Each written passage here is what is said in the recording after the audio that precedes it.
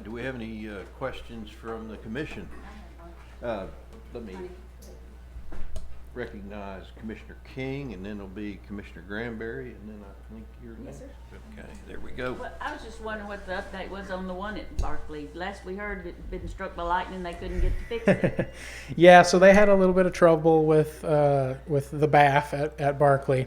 It was hit by lightning, and that rendered it pretty much ineffective. I think they had one component that was still working, and COVID issues prevented the folks at Fish Guidance Systems over in the UK from coming back to fix it. The last update I had was they were hoping to have it back up and running by the end of September. So I believe it's up and functioning now. All right, Commissioner Granberry. Yeah, Mr. Vice Chairman, can we get Director Wilson to give update for the record on the governor's executive order and what that process is going to be involved and who's going to be representing the agency? And there was a report sent out to all the commissioners last week by Frank, and I think it's just really important that we know that we've got the governor's support and that there are a lot of other commission agencies within the state that are going to be helping us out with this obviously massive effort that we just can't do alone. Sure. Director Wilson, can you speak to that? Thank you, Commissioner Granberry. Yes, I mentioned it at the last commission meeting, but just for the benefit of those who don't remember or didn't see it, the governor issued Executive Order 62, I believe was the number, and it creates the Tennessee Asian Carp Advisory Commission, and it's going to be made up of 10 members. The purpose is to study and provide guidance and advice on the management and control of Asian carp, but it's going to be made up of a representative of the state Senate and the state representative office, as well as Tennessee Department of Environment Conservation, Economic and Community Development. The governor has a representative.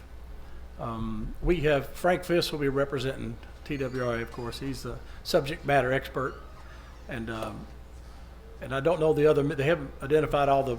It's in formulation right now, so the committees have not been formed yet. But over the next weeks or a couple months, they will be, and they'll come forth. I also wanted to mention too that this commission approved the creation of 4 new Asian carp positions, and those are really close to being. I think they've been approved, and so we will soon be announcing those to be filled. So that'll be good. So we're excited about that. Thank you. Thank you, Director. It's a great thing that our governor is so involved in the outdoors and so concerned with the ecology of this state and dealing with these invasive species. And it truly is a blessing for this agency that he is so involved in that way. So we thank him very much. Let's see, Commissioner Cox, I believe you had a comment. Box. I'm sorry. I'm seeing Cox back there. I tell you, if he's in the room, it sucks the air. It sucks the air out of the room. I see. Cox, tell us your comment. Okay. And thank you so much for the presentation. I appreciate it. I just want to clarify the commercial industry, the $400,000 grant, that's going to extend the ACHIP program to Reelfoot to put some. I just want to clarify that, what you were saying. So the $400,000 in the commercial industry grant doesn't extend to Reelfoot. It's going to be used for sort of infrastructure and things to improve the commercial wholesale dealers' capacity to hold and store Asian carp and process Asian carp. So that will help our ACHIP program and our fishermen in that program to be able to harvest more fish. They won't be limited by capacity issues at our wholesale fish dealers. The specifics for Reelfoot, I mentioned the sub-basins. So the lower Mississippi River sub-basin was allocated a certain portion of the funding available in the whole pie. And so we got $50,000 specifically for work on reelfoot, and a portion of that will be used for contract or commercial fishing. Great, okay, thank you so much. All right, thank you. Commissioner Cardwell. Thank you, Chairman. Appreciate it. I enjoyed reading the report you did, and I enjoyed your presentation. Thank you. I do have some questions, and it's just because I'm a novice and I don't know what you know about it. But in there it says you had 300 fish tagged since 2017, and it seems like a small number to me. Can you elaborate on what some of the restrictions are that prevent you from doing 3,000 versus 300? You know, I mean, Yep. is it monetary? Is it water mortality rates with the ones you did tag? I don't know exact mortality rates. I'm sure we've got pretty high success and low mortality caused by tagging, or pretty proficient with that. Some of the restrictions to this point that limit that number have been wanting to tag fish in certain places. We've really been targeting some of the waters up near Pickwick Dam, with the idea being that fish tagged there, they could, we can track if they're going to try to move up or not. Fish already in the vicinity, we think, are probably more likely to do that, and that's the type of information we're hoping to learn more about. It is somewhat related to cost as well. That's a big part of the expansions that we've got. A good portion of the money will go towards research at Tennessee Tech for more receivers, more tags, and we really hope to ramp up the number of fish that we tag in the next year. All right, thanks. I've got a couple more, if you'll bear with me. In the report, it also said U.S. Senate's allocating $35 million, and out of that $35 million, which I'm assuming that's for the country, so $35 million was going to create 5 barriers on the Tennessee and Cumberland rivers. And looking at the cost of the barriers, the math didn't make sense to me, because it looked like we would take all the $35 million to do it unless you went straight acoustic. And I don't know. Can you elaborate on that? So I know Mike Butler is in the audience, and I hate to put him on the spot. He may have a little bit more information than I do there. I don't believe that $35 million has been approved yet. Right, because of It's the part COVID. of the Word Up bill, I think. But yeah, Mike will have probably more information on that.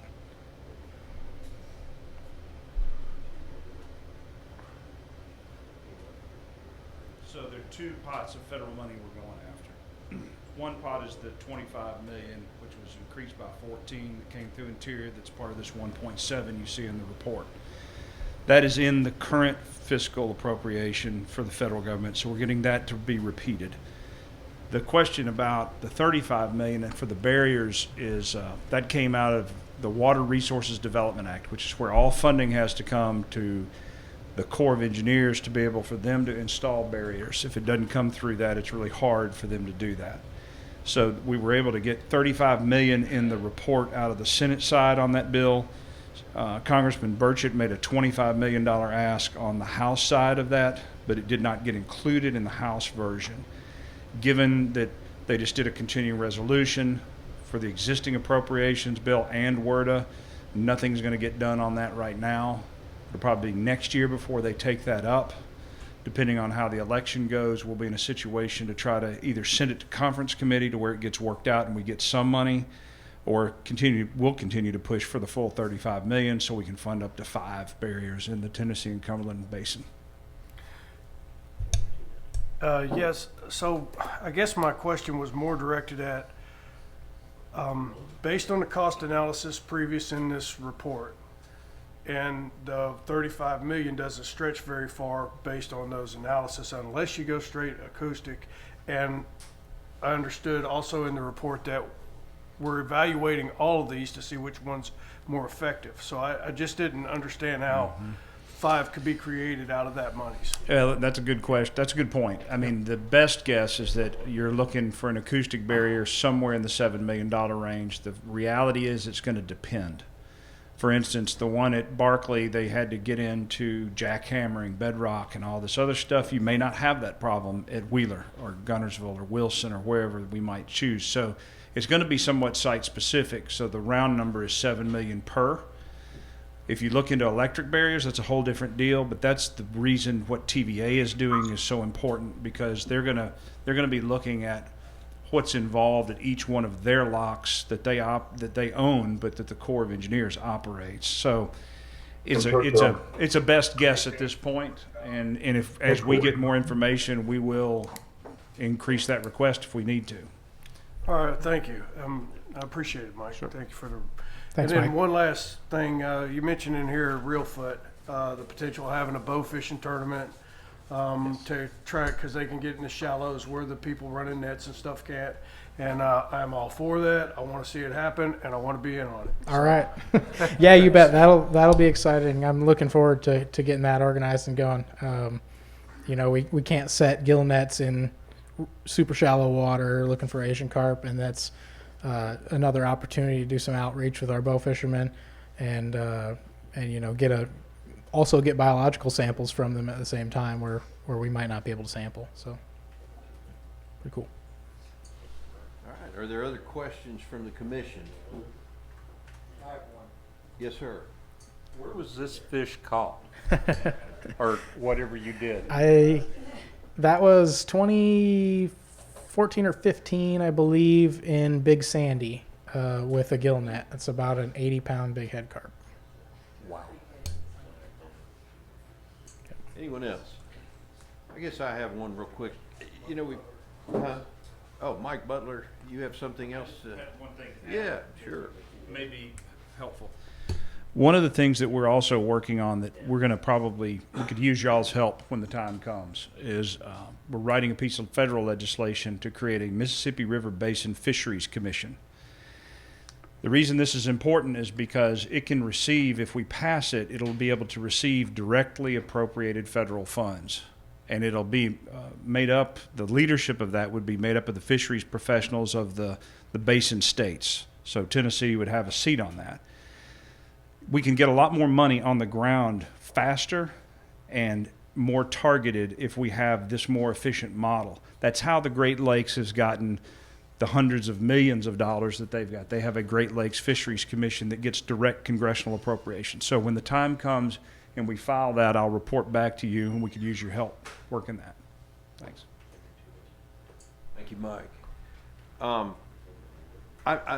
I know we talk about removal and we talk about barriers. Is there any method of eradication that's being experimented with, or? There's a variety of work going on. The USGS does a lot of research into other projects going on as well with genetic tools, trying to find a selective poison. There are other projects like that are ongoing, but they're further out, we believe, than what we're able to do right now with barriers and removal. So, yep. All right, thank you. Any other questions from the commissioners? Any comments from the public? All right, hearing none, thank you. Thank Mr. you. Harty. All right, this chair thing has its privileges, and one of them is that you can take a break when you want to, and I need to. So we're going to take a 15-minute break. See you back here at 10 o'clock. Thank you.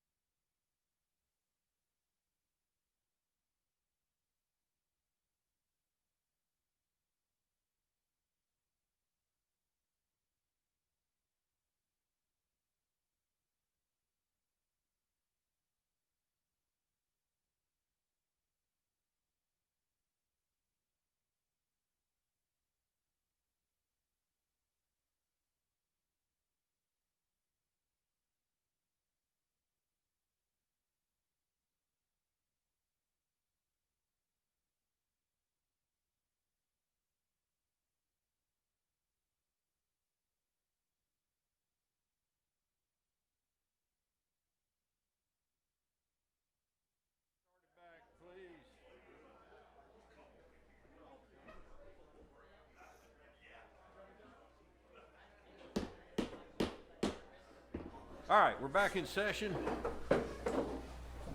Thank you very much.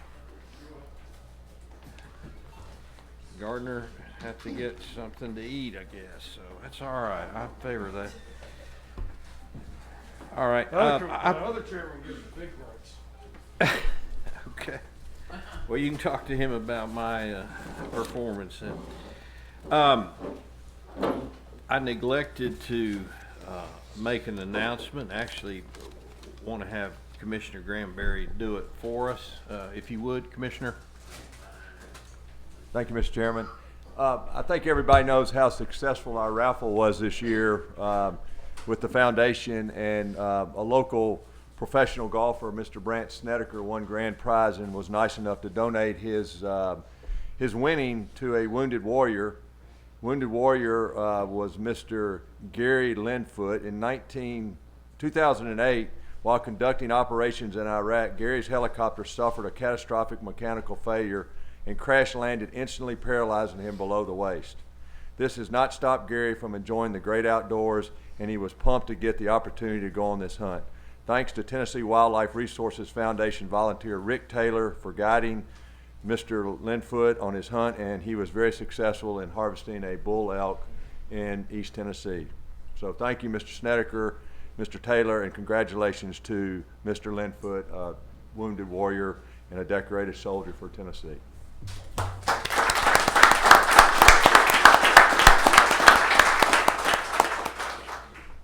All right, at this time, call Michael May, Deputy Director. Thank you, Commissioner Ripley. Commission. A while back, we had the commission come to us and have a request for how can we analyze our customers' license purchase behavior, analyze license structure, and then streamline that, and how can we increase customer satisfaction in R3 efforts, and how can we optimize revenue potentially. So we had one limiting factor historically with the agency, that we lack applicable and expansive data to make informed decisions regarding the following. Are license changes really needed? What do customers really want? And are price points already optimized? So the agency contacted Southwick and Associates to perform a deep dive into our records to figure out customers' purchase history, customer performance, and customer purchase interest. And Southwick Associates' background, for over 30 years, they've specialized in fish and wildlife economics and statistics nationally. They performed these services for over 40 state agencies nationwide, and they understand hunter and angler behavior very well. So today we have Rob Southwick here, and he's going to go over his company background, his approach to this project specifically, and then go over the results. So if it pleases the commission, I'd like to introduce Rob. Thank you. Rob Southwick.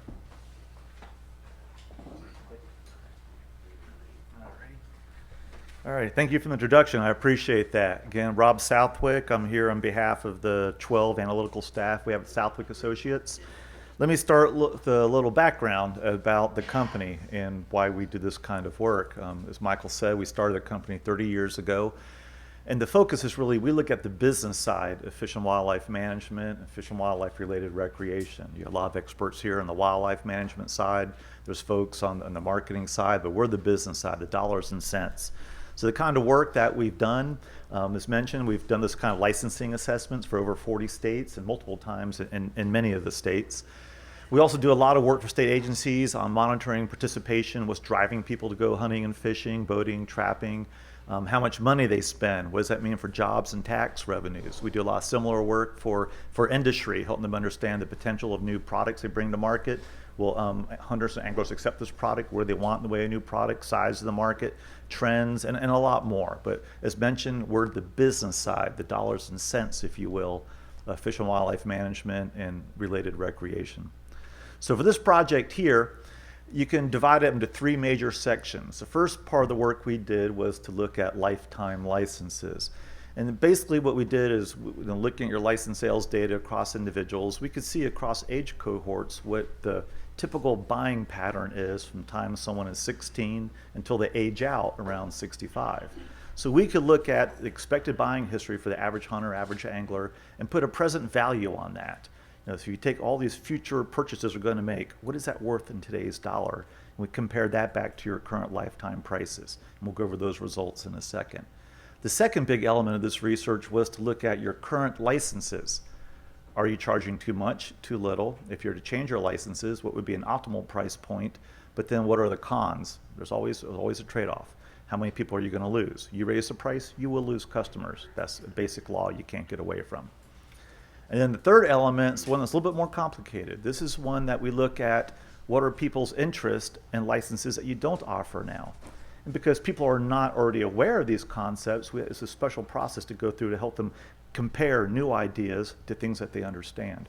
We call this approach conjoint methodology, but don't worry about the name. What it does is it understands that you don't buy a product. I mean, if you buy something, it's an object, but really what you're buying is a bundle of features, a bunch of characteristics. And you can look at all these. Is it giving you what you want? What's the price? Best way is to give an example of what I mean. And I'll use breakfast cereal. It has nothing to do with fish and wildlife, except that this methodology was developed for the breakfast cereal industry. Cheerios make 40 pretty years. good bait. I would. Okay. I'm not going to argue that at all. I could see that from bluegill. Quit back in that one. So to think about it, when you go back to the grocery store next time, you'll see hundreds of choices of breakfast cereal. And you don't randomly go in there blindly and just close your eyes and grab a box. There's a reason why you pick the one out of all those hundreds of choices that are available. And that's what the Kellogg's and GM wanted to know. And so what this process does is that it looks at the individual features of every cereal box brand out there. The brand, the price, the size of the box, the picture on the box. Is it a cartoon character? Is it an athlete? The flavor, the health content, its position on the store shelf. All that comes together to dictate which box that person will select. So if you're the manufacturer, you want to make sure you have a box that meets their preferences, but also you know that people are going to get tired over time of buying the same thing over and over. What are they going to move to next? And that's why you see more than just one flavor of Cheerios on the shelf. There's many different types out there because they know if you get tired of regular Cheerios, you're going to go buy something different, and it may not be your product. So we apply the same process to fishing and hunting licenses. So what we do in this case is we simulate the shopping experience when people have to pick their product. And this is an actual question from the survey. It might be kind of hard to read if you're far from the screen. But we tell people, okay, let's assume your license is expiring. And this is all set up in the survey. And you walk into the store to buy your next license. And those features that, again, the license is not just one product, it's a bundle of features like any other product out there. One of them is the duration of the license. Is it short term? Is it annual? Is it longer? The privileges that the license convey, of course, is the major one, but price. Price is always a major decision factor in that buying purchase. And so what you see here is 4 different choices. So the person would be asked, which of these would you buy? And we know in the survey from the data, is that person a hunter, is that person an angler, do they do both? We know. And so we ask them to pick one of the 4, and they can pick none, the 5th choice on there. And we do that 4 times in the survey. So the person looks at 16 different licenses. Sometimes it's the same license twice, but different price points. Each one has an existing license in there that you currently offer and the new ones. Well, in reality, we actually tested about 40, 45 different types of products that you could sell as a license. And so no one's ever going to answer a question and fairly evaluate 40 different options. That would be a worthless survey. So we go through this approach. But when the survey is done and you have several thousand people completing the survey, and those people represent your market, we have the market captured in the data set. So statistically, we can see what the trade-offs are, and we can see what emerges. What do people want in the way of licenses at what price points, and how that interacts with the other licenses. I'm going to hold the description, go any further from that. There's more on the report. I'd be happy to answer questions later if you want there. It gets more technical. But it's a very solid methodology that overcomes the impossibility of people rating a long list of licenses they never heard of. It's a very solid one used by industry all the time. So we had to do a survey. We're shooting for about 4,000 complete surveys. We ended up with about 5,500 completed surveys, many more than we needed. It gives us a little more precision in the estimate, so we're pleased with the number of completes we had in the survey. All surveys have some level of error. A friend of mine, statistician from Missouri DNR, said it once, all surveys are wrong. So responsible survey research, what you have to do is look at your survey and find out where is that bias. And what we saw is that people who are more avid were more likely to respond to the survey. Duh, no brainer. If you're really into something, you're more likely to take the survey. So we also saw that hunters were more likely to respond to the survey. You know, they're more committed, they're more invested typically than anglers are. And people who are slightly older. So we do something called statistical weighting. It's common in surveys. So if you're a young angler, you'd have your response to the survey would have a little more weight, a little more emphasis, hence the word weighting. And so standard adjustments were made. And we also have something called margins of error. It recognizes, for example, I'm going to throw $200,000 at you in a little bit in some of the results. Well, we're not saying you're going to get exactly $200,000. What we know is that there's a range, and $200,000 is in the middle of that range. So the fewer responses you have in a survey, the wider this range is. The more responses, the tighter the range. So the results we give you, the findings, are based on these margins of error. So if we have two possible options, two directions you can go, and these ranges overlap, we can't tell you with certainty that's really going to happen. So what we have for you in the study is when the margins of error were not overlapping. It's good, solid research is my point. Again, if you want more details on that, but I'd like to jump into the results here. So what I have here are suggestions, things to consider. I live in North Florida. I can't say I know what the laws in Tennessee are, what the situation is, what your harvest policies are going forward. So I want to give you our insights into how people react, what they want in the way of licenses. And of course, then have to leave it to you to decide what the best licensing packages would be for the state of Tennessee. First one we'll look at are lifetime licenses.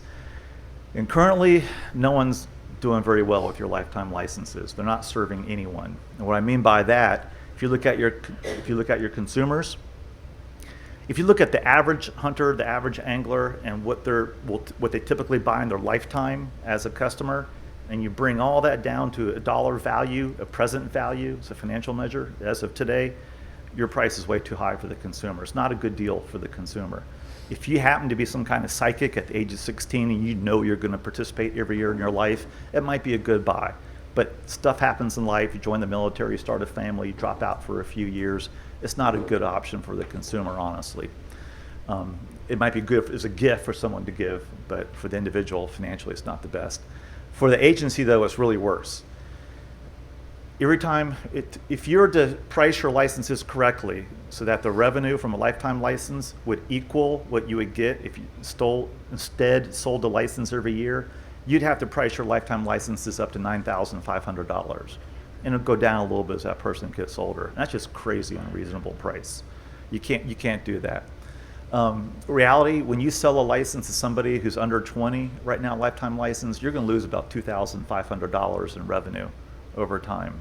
It's just not a good deal for the TWRA. And the reason why is this really low interest rate. So when you sell a license in Tennessee, as we understand, those revenues are put into a fund, and then you can take 1.3% out every year of that original purchase price. That's not keeping up with inflation in most years. So you're losing from the very beginning. It's just not a win-win for anyone at this point. So sorry for this. It's not happy news, but it's just what we see in the numbers. Next thing I want to go over are your current license prices. These were done using what we call a multivariate approach. We use 28 years of license sales history data in Tennessee. What it does is it understands that many variables, multiple variables have to come together, hence multivariate approach, to determine how many licenses you sell in a year. Because it's more than price that determines how many licenses you sell. It's the weather. Really dry year, bad fishing, a really hot winter may not be great for hunting sales. The economy affects if people go out or not. Population trends, other licenses that you offer, licenses in neighboring states affect your non-resident sales especially. All these variables determine how many licenses you sell. So we can tease out the effect of price on how many licenses that you will sell. What we found in the results, just running through the results, is that of all the licenses you sell, the one that could withstand the greatest price increase would be your basic hunt fish combo. In fact, you could double that one and still make more money. You will not double the revenues because you're going to lose people. And that's a key point. We are not recommending doubling any license price because we think the models tell us you're going to lose 100,000 buyers. And for the long-term political future and the long-term conservation needs, That's a horrible proposition. So there's always pros and cons. In economics, there's nothing's free. There's always going to be some kind of cost. In this case, if you want to boost your revenues by raising the price, you can, but your cost is going to be fewer people out there participating. Your junior combo license is really priced well. In fact, this one, the price is so low, you can actually make more money by lowering the price because the federal aid revenues you receive is greater than the value of the license. You know how it works. So you sell a license, you receive matching funds from the excise taxes we pay on hunting, fishing equipment. It's not that you sell one more license, you get $16 more for hunting, for example. You have to sell a certain number of more additional licenses to kick you to that next level, and that level varies every year. But if you can get enough of them sold, you have a decent chance in Tennessee of capturing more federal aid revenues. And this license, a couple more coming up, I think you might have that opportunity here in Tennessee. Your resident sportsman's license is well priced right now. If you raise it or lower it, you're gonna lose revenue. You're at the peak of the bell curve right now is what we see here. Rolling on here to the other licenses we looked at, your supplemental licenses for big game and archery are very popular. They could withstand about a 10% price hike and generate more revenue for you. Again, you will not get 10% more revenue. You might get 4%, 5%, because you're going to lose people, hence that trade-off there. Muzzle loading has just not been on a good trend for the last 10 or 15 years across the U.S. Hunters nowadays are more getting into, well, crossbows is driving it lately. Regular compound bow is still dominant there. You could actually lower the price of your muzzleloader supplemental and get more, maybe we're thinking roughly 5,000 plus or minus more people out there using a muzzleloader if you dropped it maybe 10% in price and give you more revenue too. Your one-day fishing price is also, one-day fishing license, $650. Doesn't sound like a lot of money, especially just spend more on fuel getting out there. But remember, the person who buys a one-day license, they're not your committed participant. They don't define themselves as an angler. It's not what they look forward to doing. They're going because someone asked them to. It could have been their kid, could have been a neighbor. And a lot of these people are saying, well, yeah, we could go fishing, but heck, I don't need to buy a license to go bowling. And that's what we have to put up with the mentality of this group here. Again, the price is so low, you're getting more money. You're getting about 20 cents more in federal aid revenues for each one of these you sell on average. So this is one we think you could lower the price on this one, use capture more license revenue, and have a better chance of capturing more federal aid dollars. This is the Cheerios approach. These are the new ideas that we tested here. All of your licenses, all your hunters, your anglers, people who do both activities, residents, non-residents, are showing a preference for a 365-day license. We tested it in two ways. We asked them flat out, what would you rather have? All expire into March or good from year of date of purchase?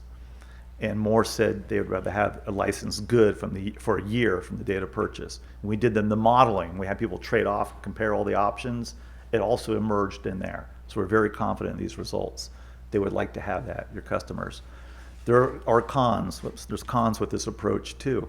Is that when in other states, what we've seen, when your license will expire from a year from the date of purchase, you won't buy your next one until you go again. So now your customers are conditioned to buy when it expires into March. Well, they can just wait. So you might have a gap in there. If that gap becomes too long, you might lose that person towards federal aid. So when if you ever decide to do a 365-day license, it's really important to have some strong marketing to remind people, hey, your license is going to expire soon, renew. Hey, your license expired yesterday, renew. Hey, it expired a month ago, and renew. Tennessee, we work with all the state agencies. You have some of the strongest marketing staff of all states in the country. I know it's possible for y'all. And with Brandt, your licensing vendor, they're already doing that. I think they're doing it for you already too. They do it in other states. You're in a good position when it comes to marketing compared to other states. Another option that really came out across the board was people liked the idea. In fact, 1 out of 5, 20% of your current customers said they would like to buy a 3-year option. Doesn't mean they will. People tend to overstate things in surveys. You always have to be kind of cynical when you're reading surveys. So maybe 12%, maybe 15% would do it if you market it properly. But what's really good about a 3-year license is we have this churn rate.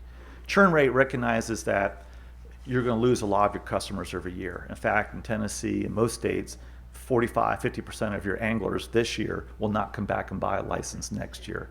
They might come back later. So you got this big pool of customers, but every year only a small proportion buy it. and about a third of hunters fit in that category. So the idea is you offer a license that they can buy now when they think they're going to go in the future. You capture the dollars now, so when something comes up and they don't go and don't buy a license, you still have the funds. The key is it's a voluntary license. The consumer decides whether they buy this license or not. You still need to offer the annual licenses and your other licenses, but the individual can say, hey, just for the convenience factor, and sometimes you give them a small, and I mean small discount, it's still a good deal for them. They decide, you capture greater revenues and stability and greater counts towards federal aid. The key here, the con in this one is, I don't know how y'all can manage your dollars in Tennessee. This is, again, me working in a different state. I don't know the full situation. But if you receive the funds in 1 year, if you have to spend them all in 1 year, you end up with this roller coaster cash flow issue.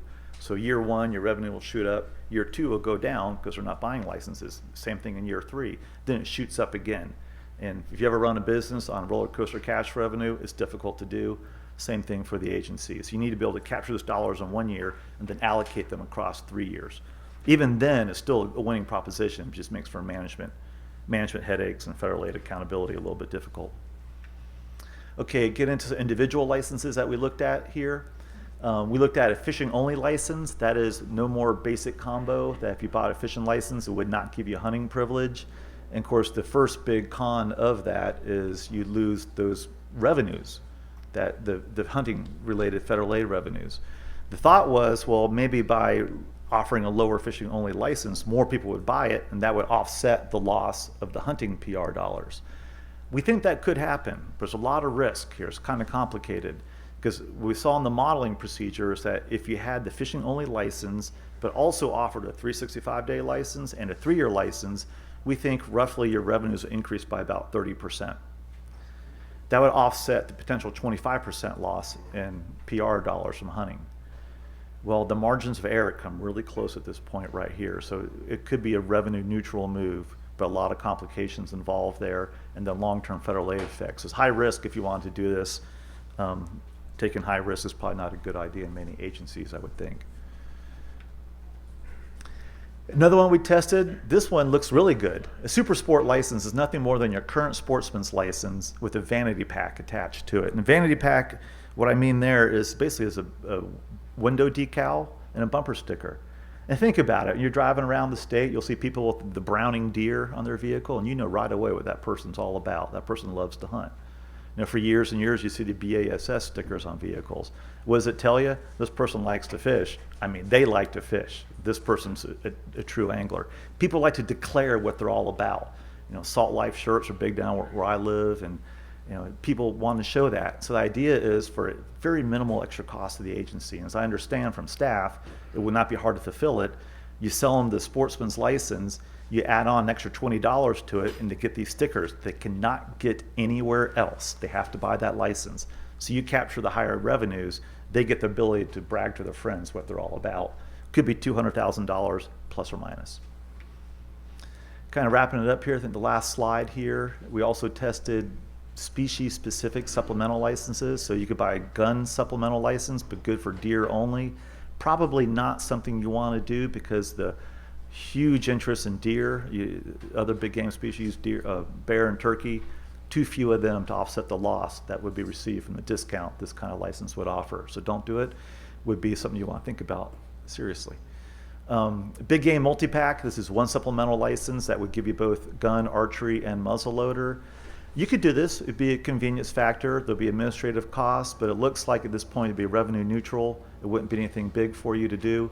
And we looked at a 1-day non-resident versus the 3 and 10 days you have now.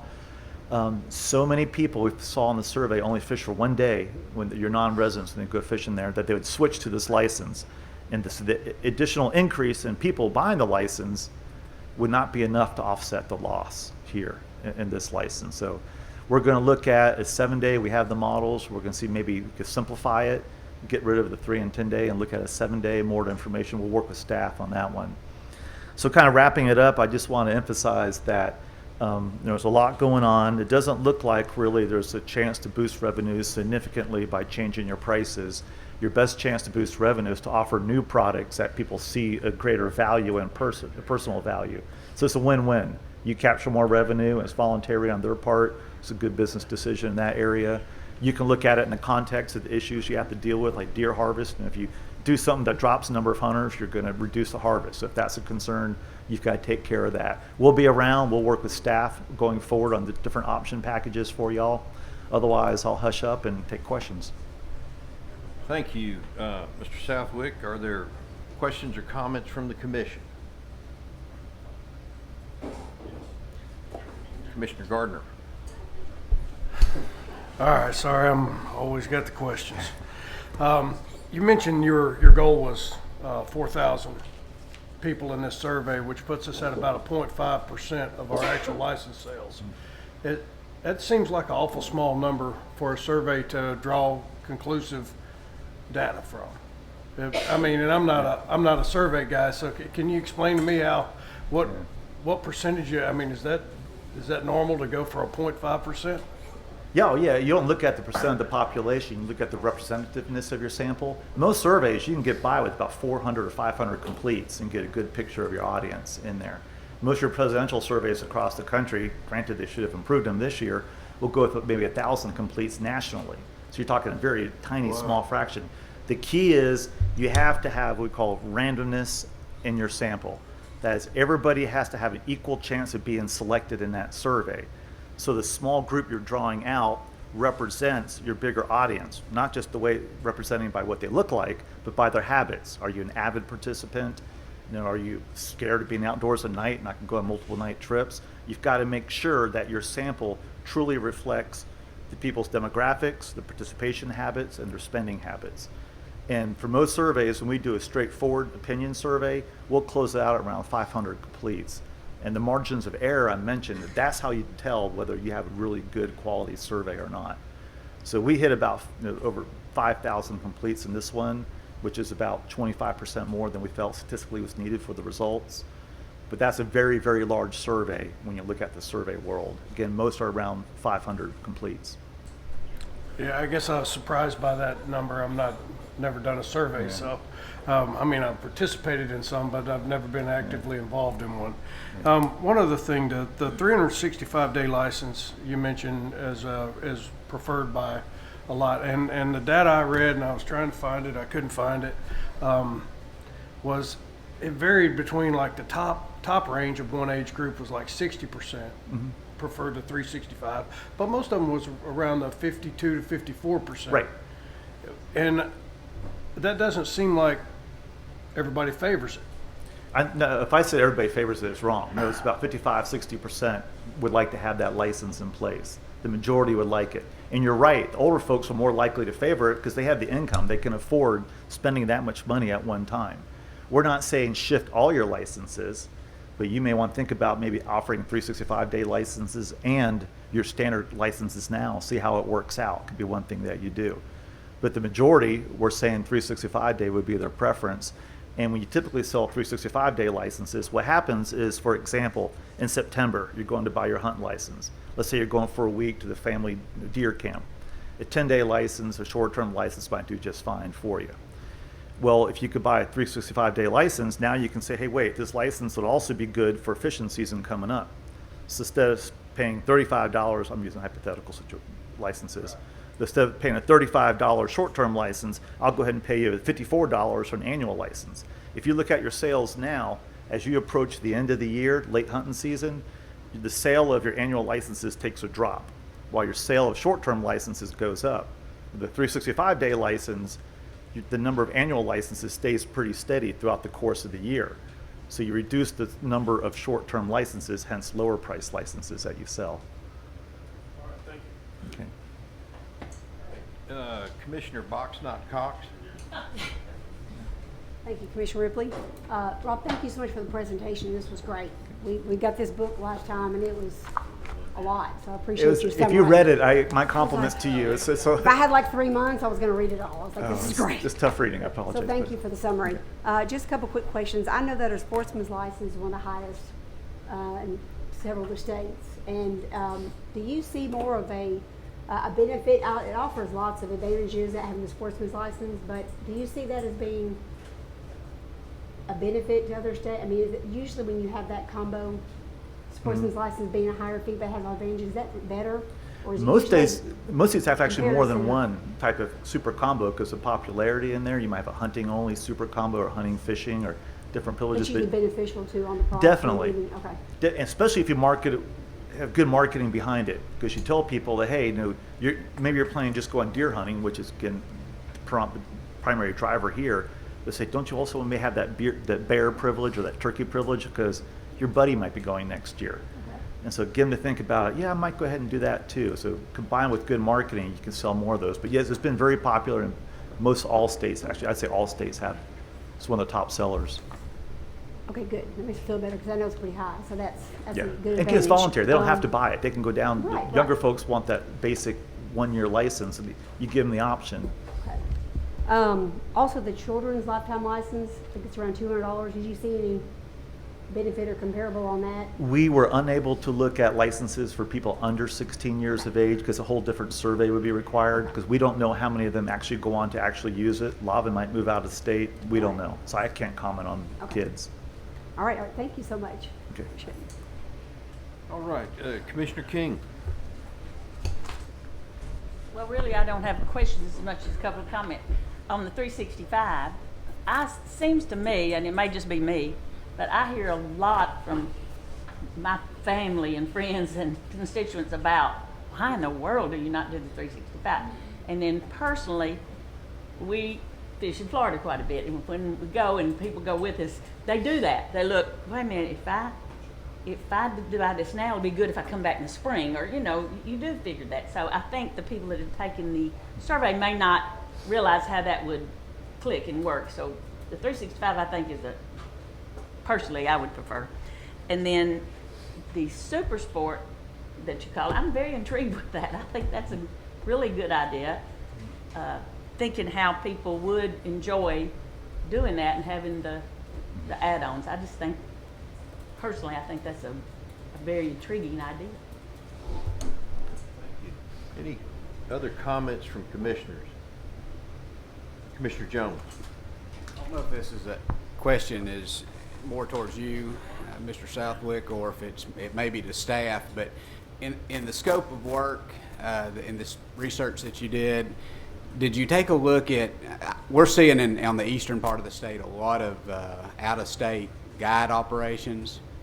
Has anybody evaluated, and again, this may be towards staff, anybody evaluated how our guide licenses compare to maybe neighboring states? I have not. I have to defer to staff. Do we have a staff response on that one? Mr. May? We did not test that, sir. Is it insignificant compared to license fees, or? That is a smaller license that we use. We didn't elect to put that on this survey because we're looking at customer.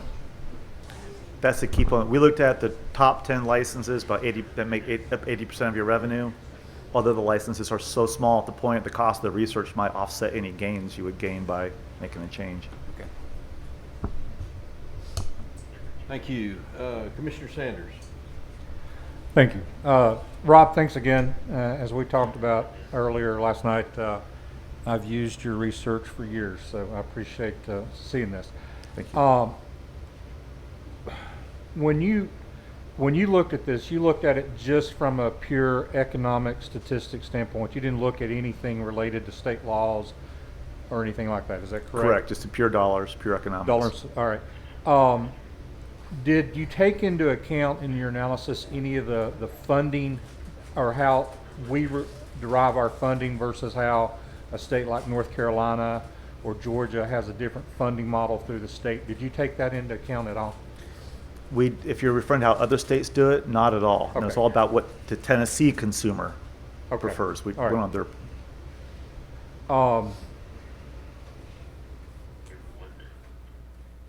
Okay, yeah, I may have another one here in just a second. Commissioner Hank. Commissioner Wright, rather. Either's fine, or Cox. Rob, thanks for being here. Just a quick question. You mentioned 2 times or doubling the price will but you can double the price before revenue falls on license. Correct. Did we look at what happens if we lower the price, and how low could we go to maximize revenue and then maximize federal funding? Yes, sir. In the report for each license we examine, there's a graph, that's a belt curve. Because at some point you can keep raising prices and make more money. At some point you lose too many customers and your revenue goes down. So we have the bell curve for every license in there, and we plotted where your license exists now. So you can see if you lowered it, are you going up the bell curve and make more money? And there's a few cases that would happen. Like I think some of the short-term, the youth license.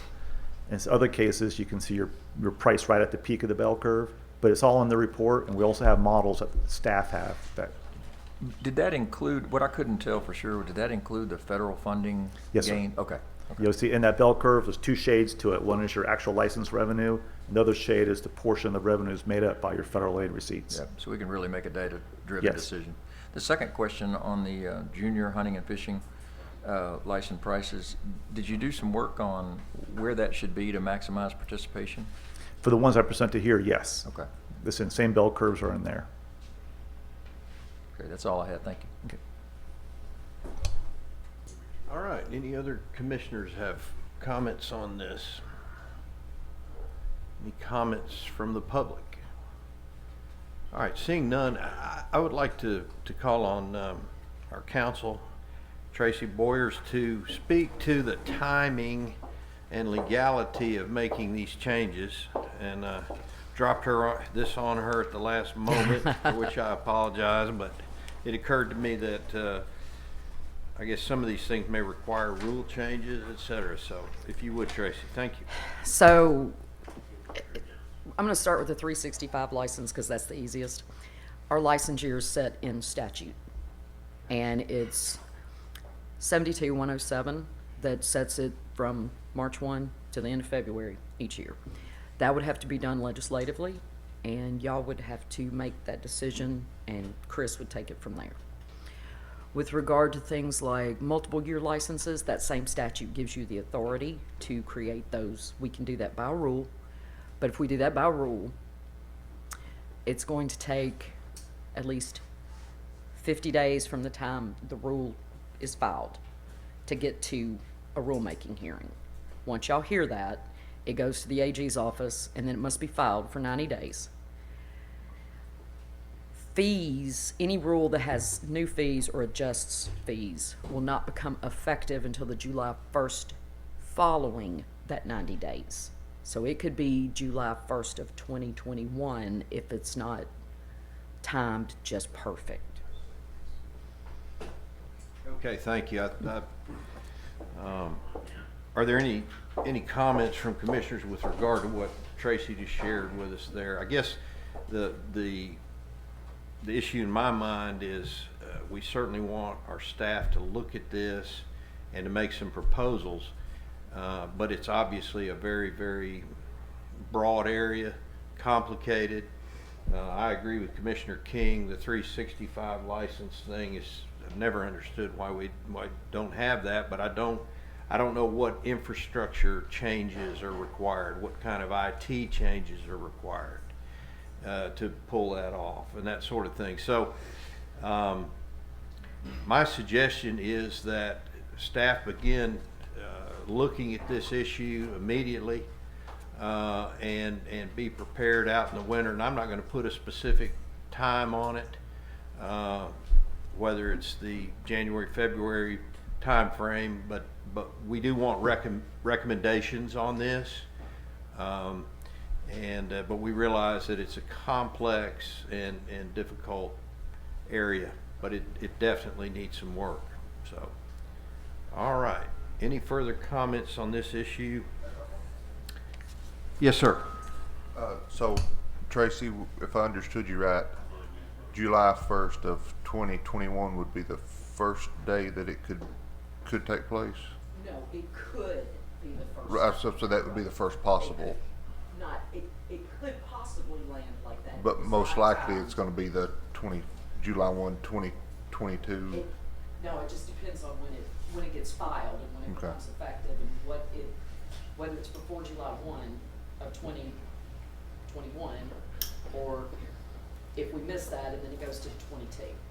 Okay, thank you. Could I wanted to, if you don't mind, call on Chris Richardson at this point, because I think that sort of dovetails with what we're talking about here in terms of timing.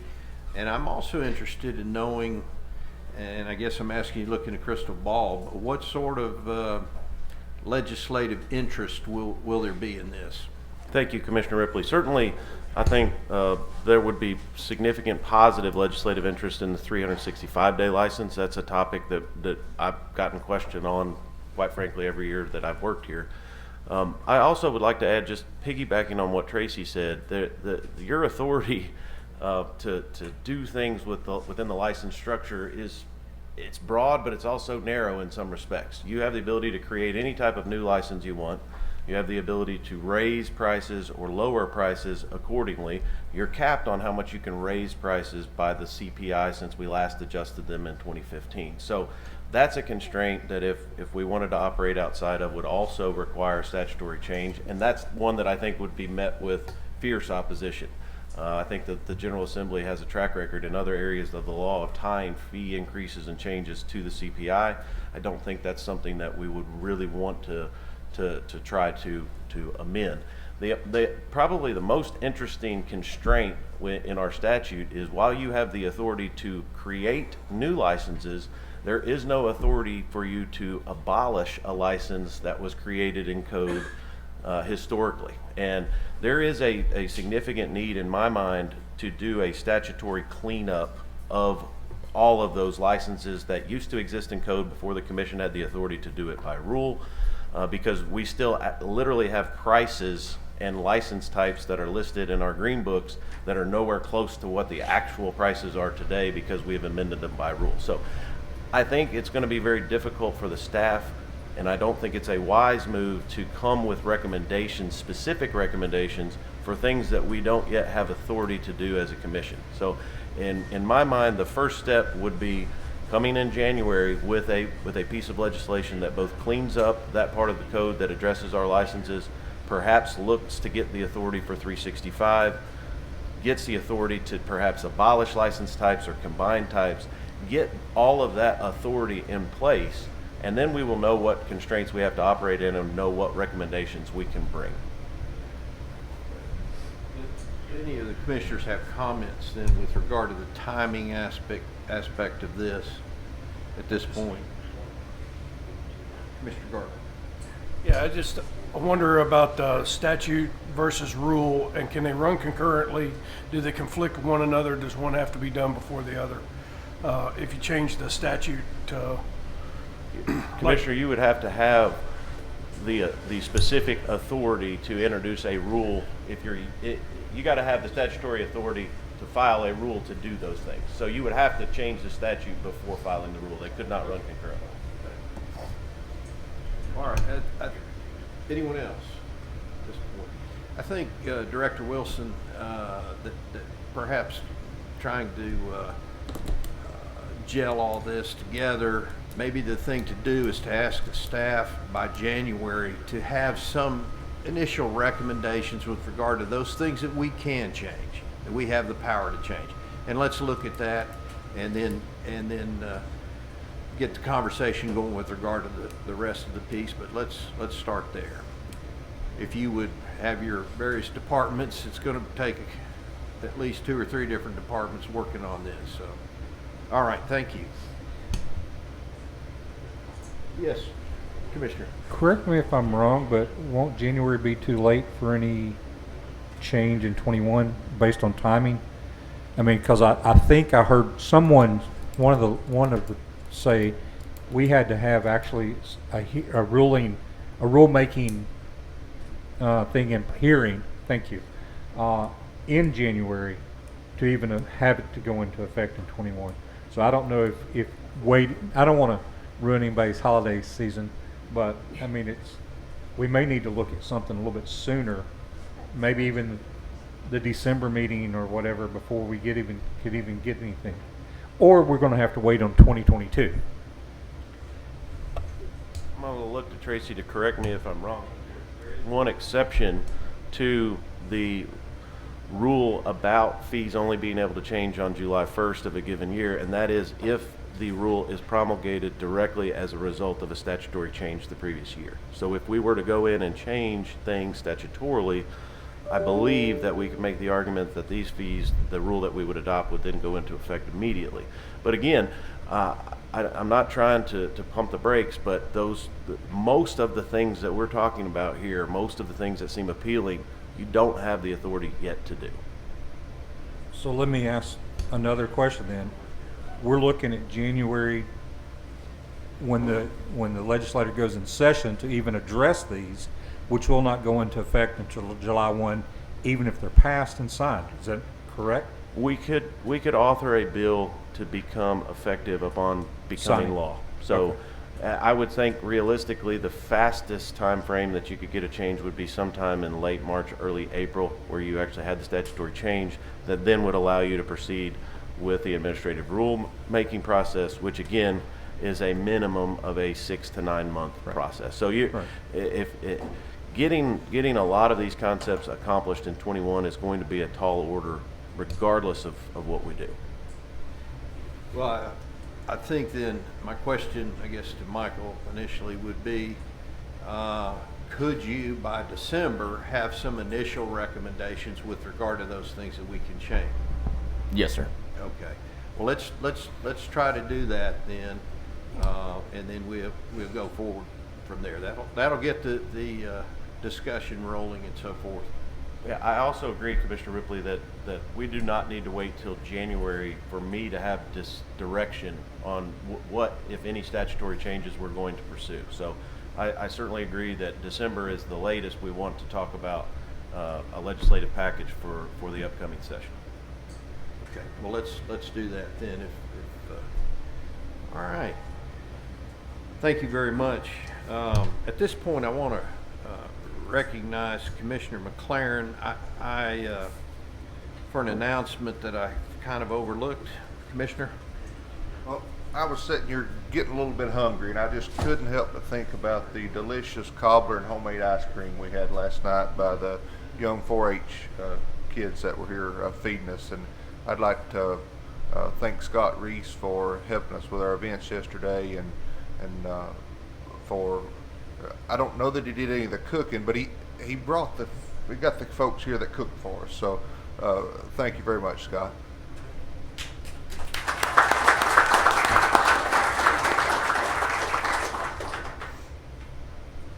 All right, thank you very much. At this point, we're going to move into our wild. Huh? Are you cold? We're freezing. Okay. Mr. Chairman, Yes. before you go to the next item. Is this a temperature issue for you? No, it's not. Okay. No, I'm fine. Thank you for asking. We were talking about, kind of guidelines for the commission regarding statutory and rulemaking issues. If we're having a special called meeting in November, I agree with Chris, December is absolutely the very latest that we would want to try to even have discussions with the legislature.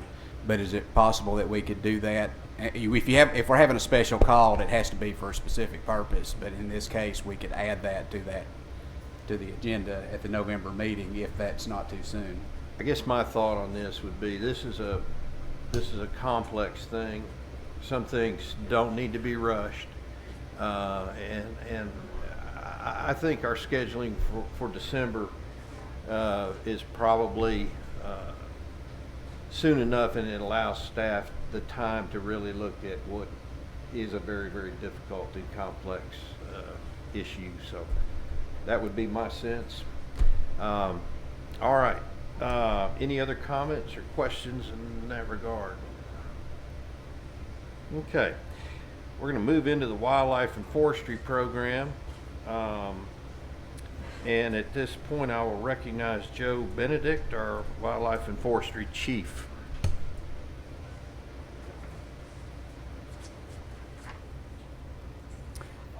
Thank you, Commissioners, and good morning. I have the distinct honor this morning to share with you a number of awards from the Wildlife and Forestry Division for 2020. The first award is the Technician of the Year Award. We also have the Biologist of the Year Award. And then finally, we have a partner award that was provided to one of our staff this year, excuse me, the Firebird Award. And then finally, we also have some recognitions for great partnerships around our chronic wasting disease response. So the first, is this the right?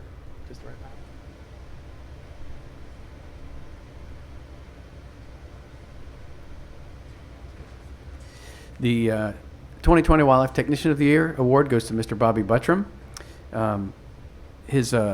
Bobby's a technician at the Catoosa Wildlife Management Area. He's part of our forestry staff. His supervisor is Luke Haddon, who's here as well. Unfortunately, Bobby wasn't able to make it today. His son is an officer with us, Dustin Buttram. He'll be here to receive the award for his father. Bobby has been instrumental in the Catoosa Savannah project, which began in the 1990s and in 2012 was expanded to additional acreage. The savanna consists of one of the state's largest areas dedicated to ecosystem restoration, covering nearly 6,000 acres. There's also 30 miles of maintained fire breaks. Bobby performs a vast majority of field work at the savanna. He played an essential role in the most productive 2 years in the history of the savanna. In the last 2 years, over 5,000 acres have been managed with prescribed fire, which was more than double the previous couple of years. This undertaking was possible because of his superb fire break maintenance, which served not only as green strips to control the fire, but they were maintained in a fashion that provided for food resources for wildlife, as well as providing hunter access and actually little food plots to hunt over if they desire. Many hunters compliment us and Bobby for the work and the accessibility that Catoosa has. This is all due to Bobby's attention to detail and his passion for the area. In addition to the savanna maintenance, Bobby's the go-to technician on Catoosa. He leads co-workers in the area in regard to the use of prescribed fire and, as we said, maintenance of fire breaks and wildlife openings. He also maintains the work compound, and then going above and beyond his duties, he performs work. He works at the check stations, at the deer check stations. I lost my train of thought there. Both of these are not required in his specific job duties, but he does this on a regular basis. And so he's been an invaluable resource of information for his peers, the agency, and a great representative to the public. So if Dwayne wants to come up, his son, and I guess Lucas, his direct supervisor, if they want to come up, we can present the award.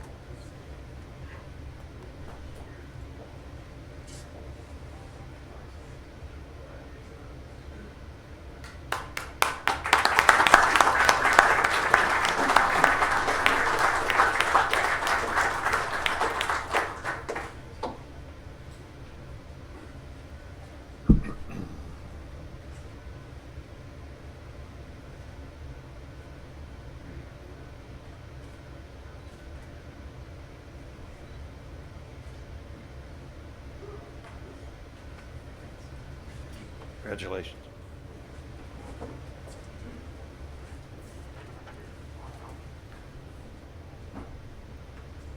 All right, moving on to the next slide, the next award. We'll make sure that Luke comes back up here.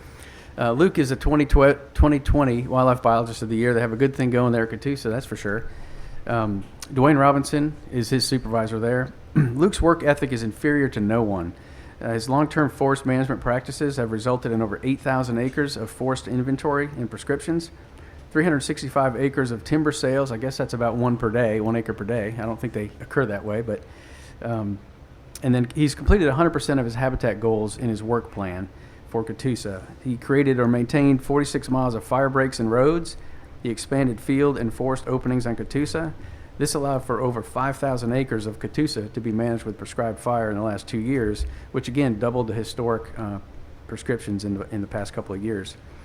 One timber sale converted over 300 acres of forest to savanna, and it was accomplished, and it resulted in increased hunter access and opportunity, while also provided a safe space for staff during burns. That's part of what the prescribed fire breaks are, is a safety zone. Luke also was able to utilize $10,000 of grant money for some additional habitat projects at Catoosa. He's currently spearheading a tornado timber salvage operation on about 1,200 acres of Catoosa, and he also conducted additional forestry projects on other WMAs. He invests heavily in stewardship and education and training. This year he completed 11 webinars and 2 classes at the Tennessee-Kentucky Fire Academy. He's worked with the Tennessee Division of Forestry and the Fairfield Glade Community Fire Chief regarding prescribed burn notification in the spirit of cooperation and to address public inquiry.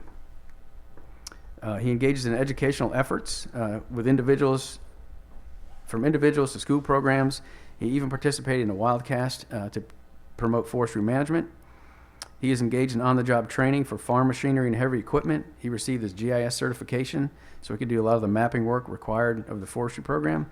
He became a certified burn program manager, and he obtained his red card, which is a federal card that allows him to work on federal burns, which is a very high standard of training to complete that. He served as an instructor at the Great Smoky Mountain Institute at Trentmont. He gives presentations at middle schools and even at UT classes, and also includes tours of Catoosa to those groups. Luke is a complete professional. He assists both internally and externally with customers across a broad and deep spectrum of topics and situations, and receives nothing but compliments for these works. So thanks, Luke. Thanks, Luke, for all you've done, and congratulations on the 2020 Wildlife Biologist of the Year. I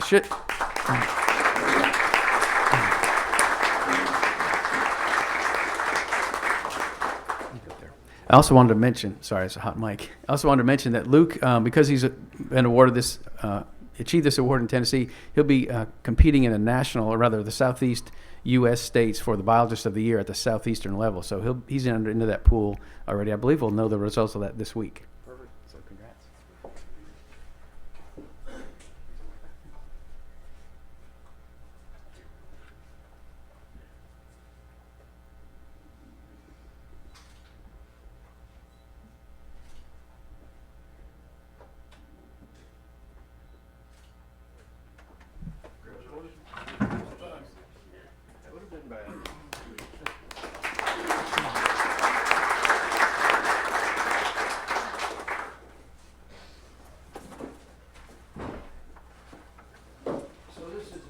Of a lot of parts and pieces, and those gentlemen are examples of what really make us special and really make us effective, and we appreciate you very much.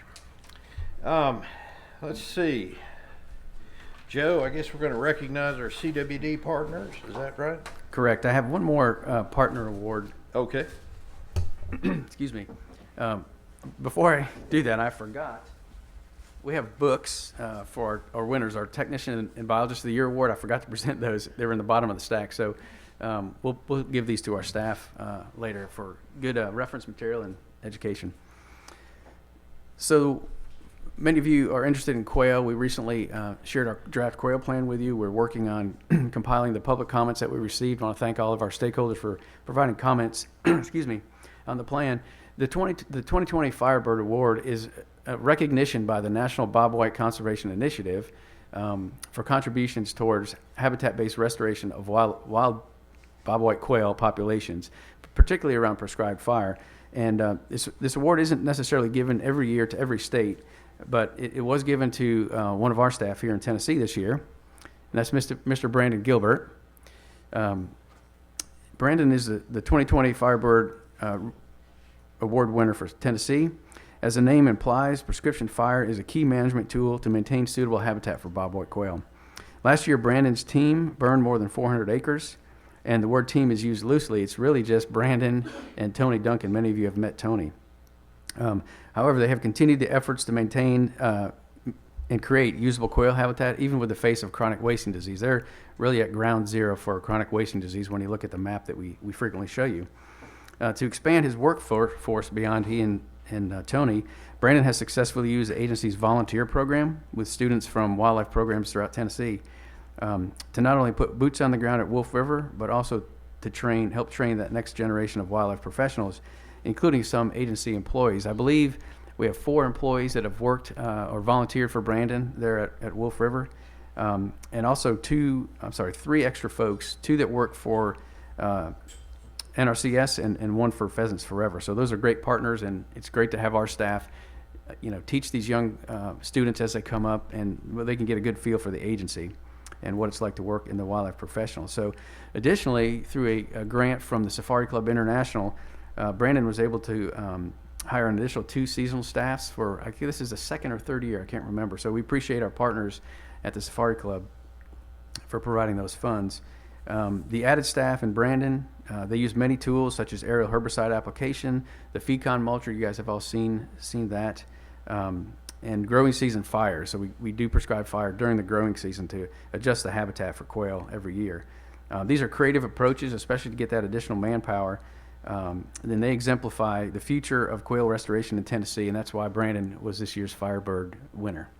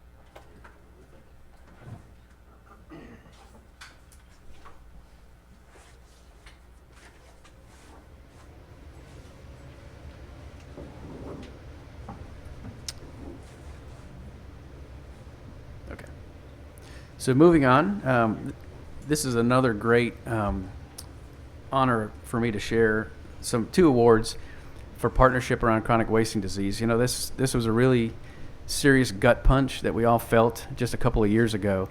We still are feeling it drastically, and our sportsmen and women of Tennessee are as well. These 2 couples, I guess, have just been incredible partners and have helped the agency in our response to, learning where chronic wasting disease is, and also outreach and education. So what I'm going to do is just read the plaque, because it really signifies what the award is for. It's the first of its kind, by the way. In recognition of superior cooperation and outstanding partnership with Tennessee Wildlife Resource Agency in support of the management of chronic wasting disease in Tennessee, with utmost appreciation for the working relationship enjoyed over the 2018-19 and 2019-20 seasons, leading to successes in disease surveillance exceeding the agency's goals, and for great service to hunters throughout Tennessee.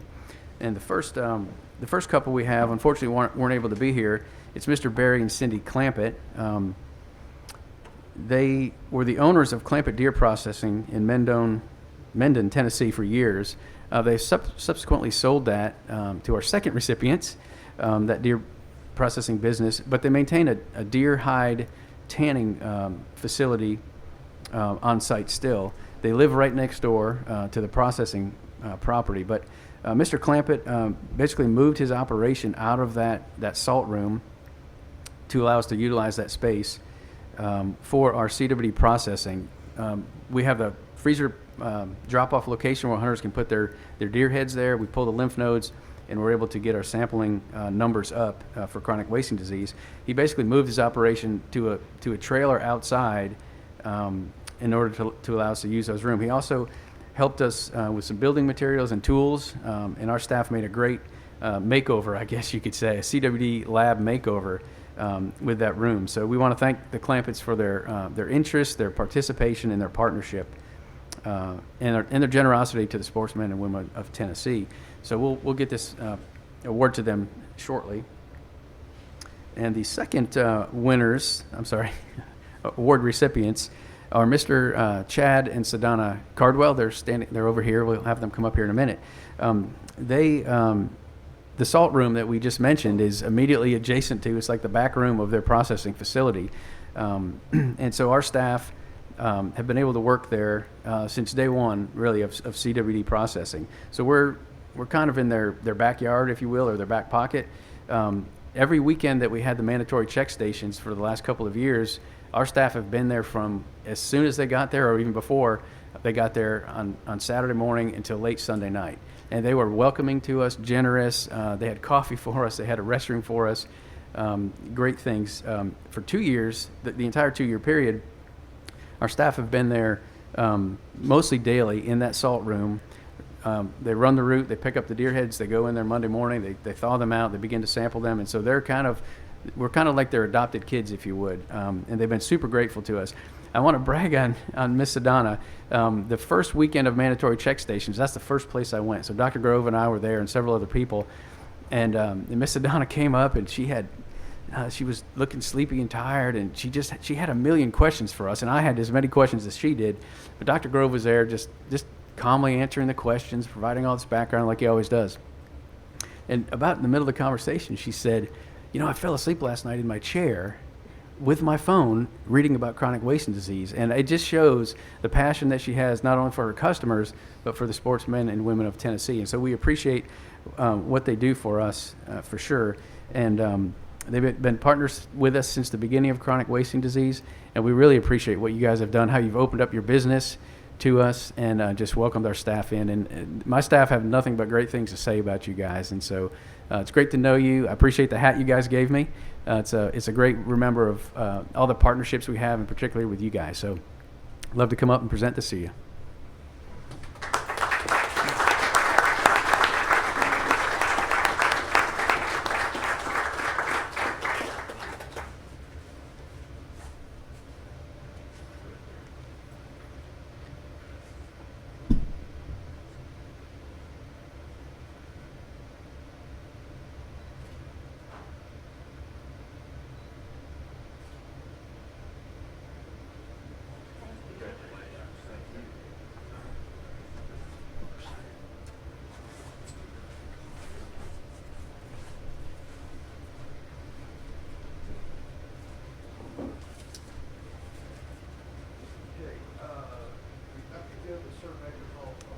If you're ready. Let's take a 10-minute break at this point. Let's be back here promptly so we can keep rolling along. Thank you.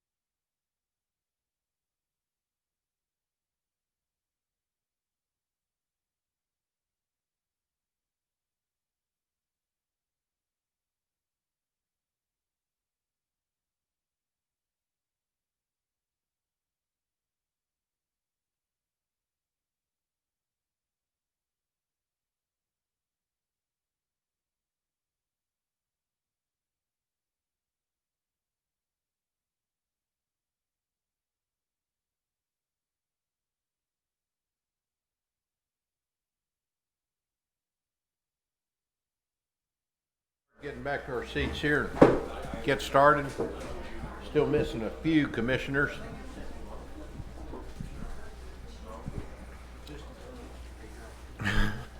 You didn't say that. Bobby, can you see where they are and ask them to come in here? Here's Angie. All right, I did the chocolate. I got you.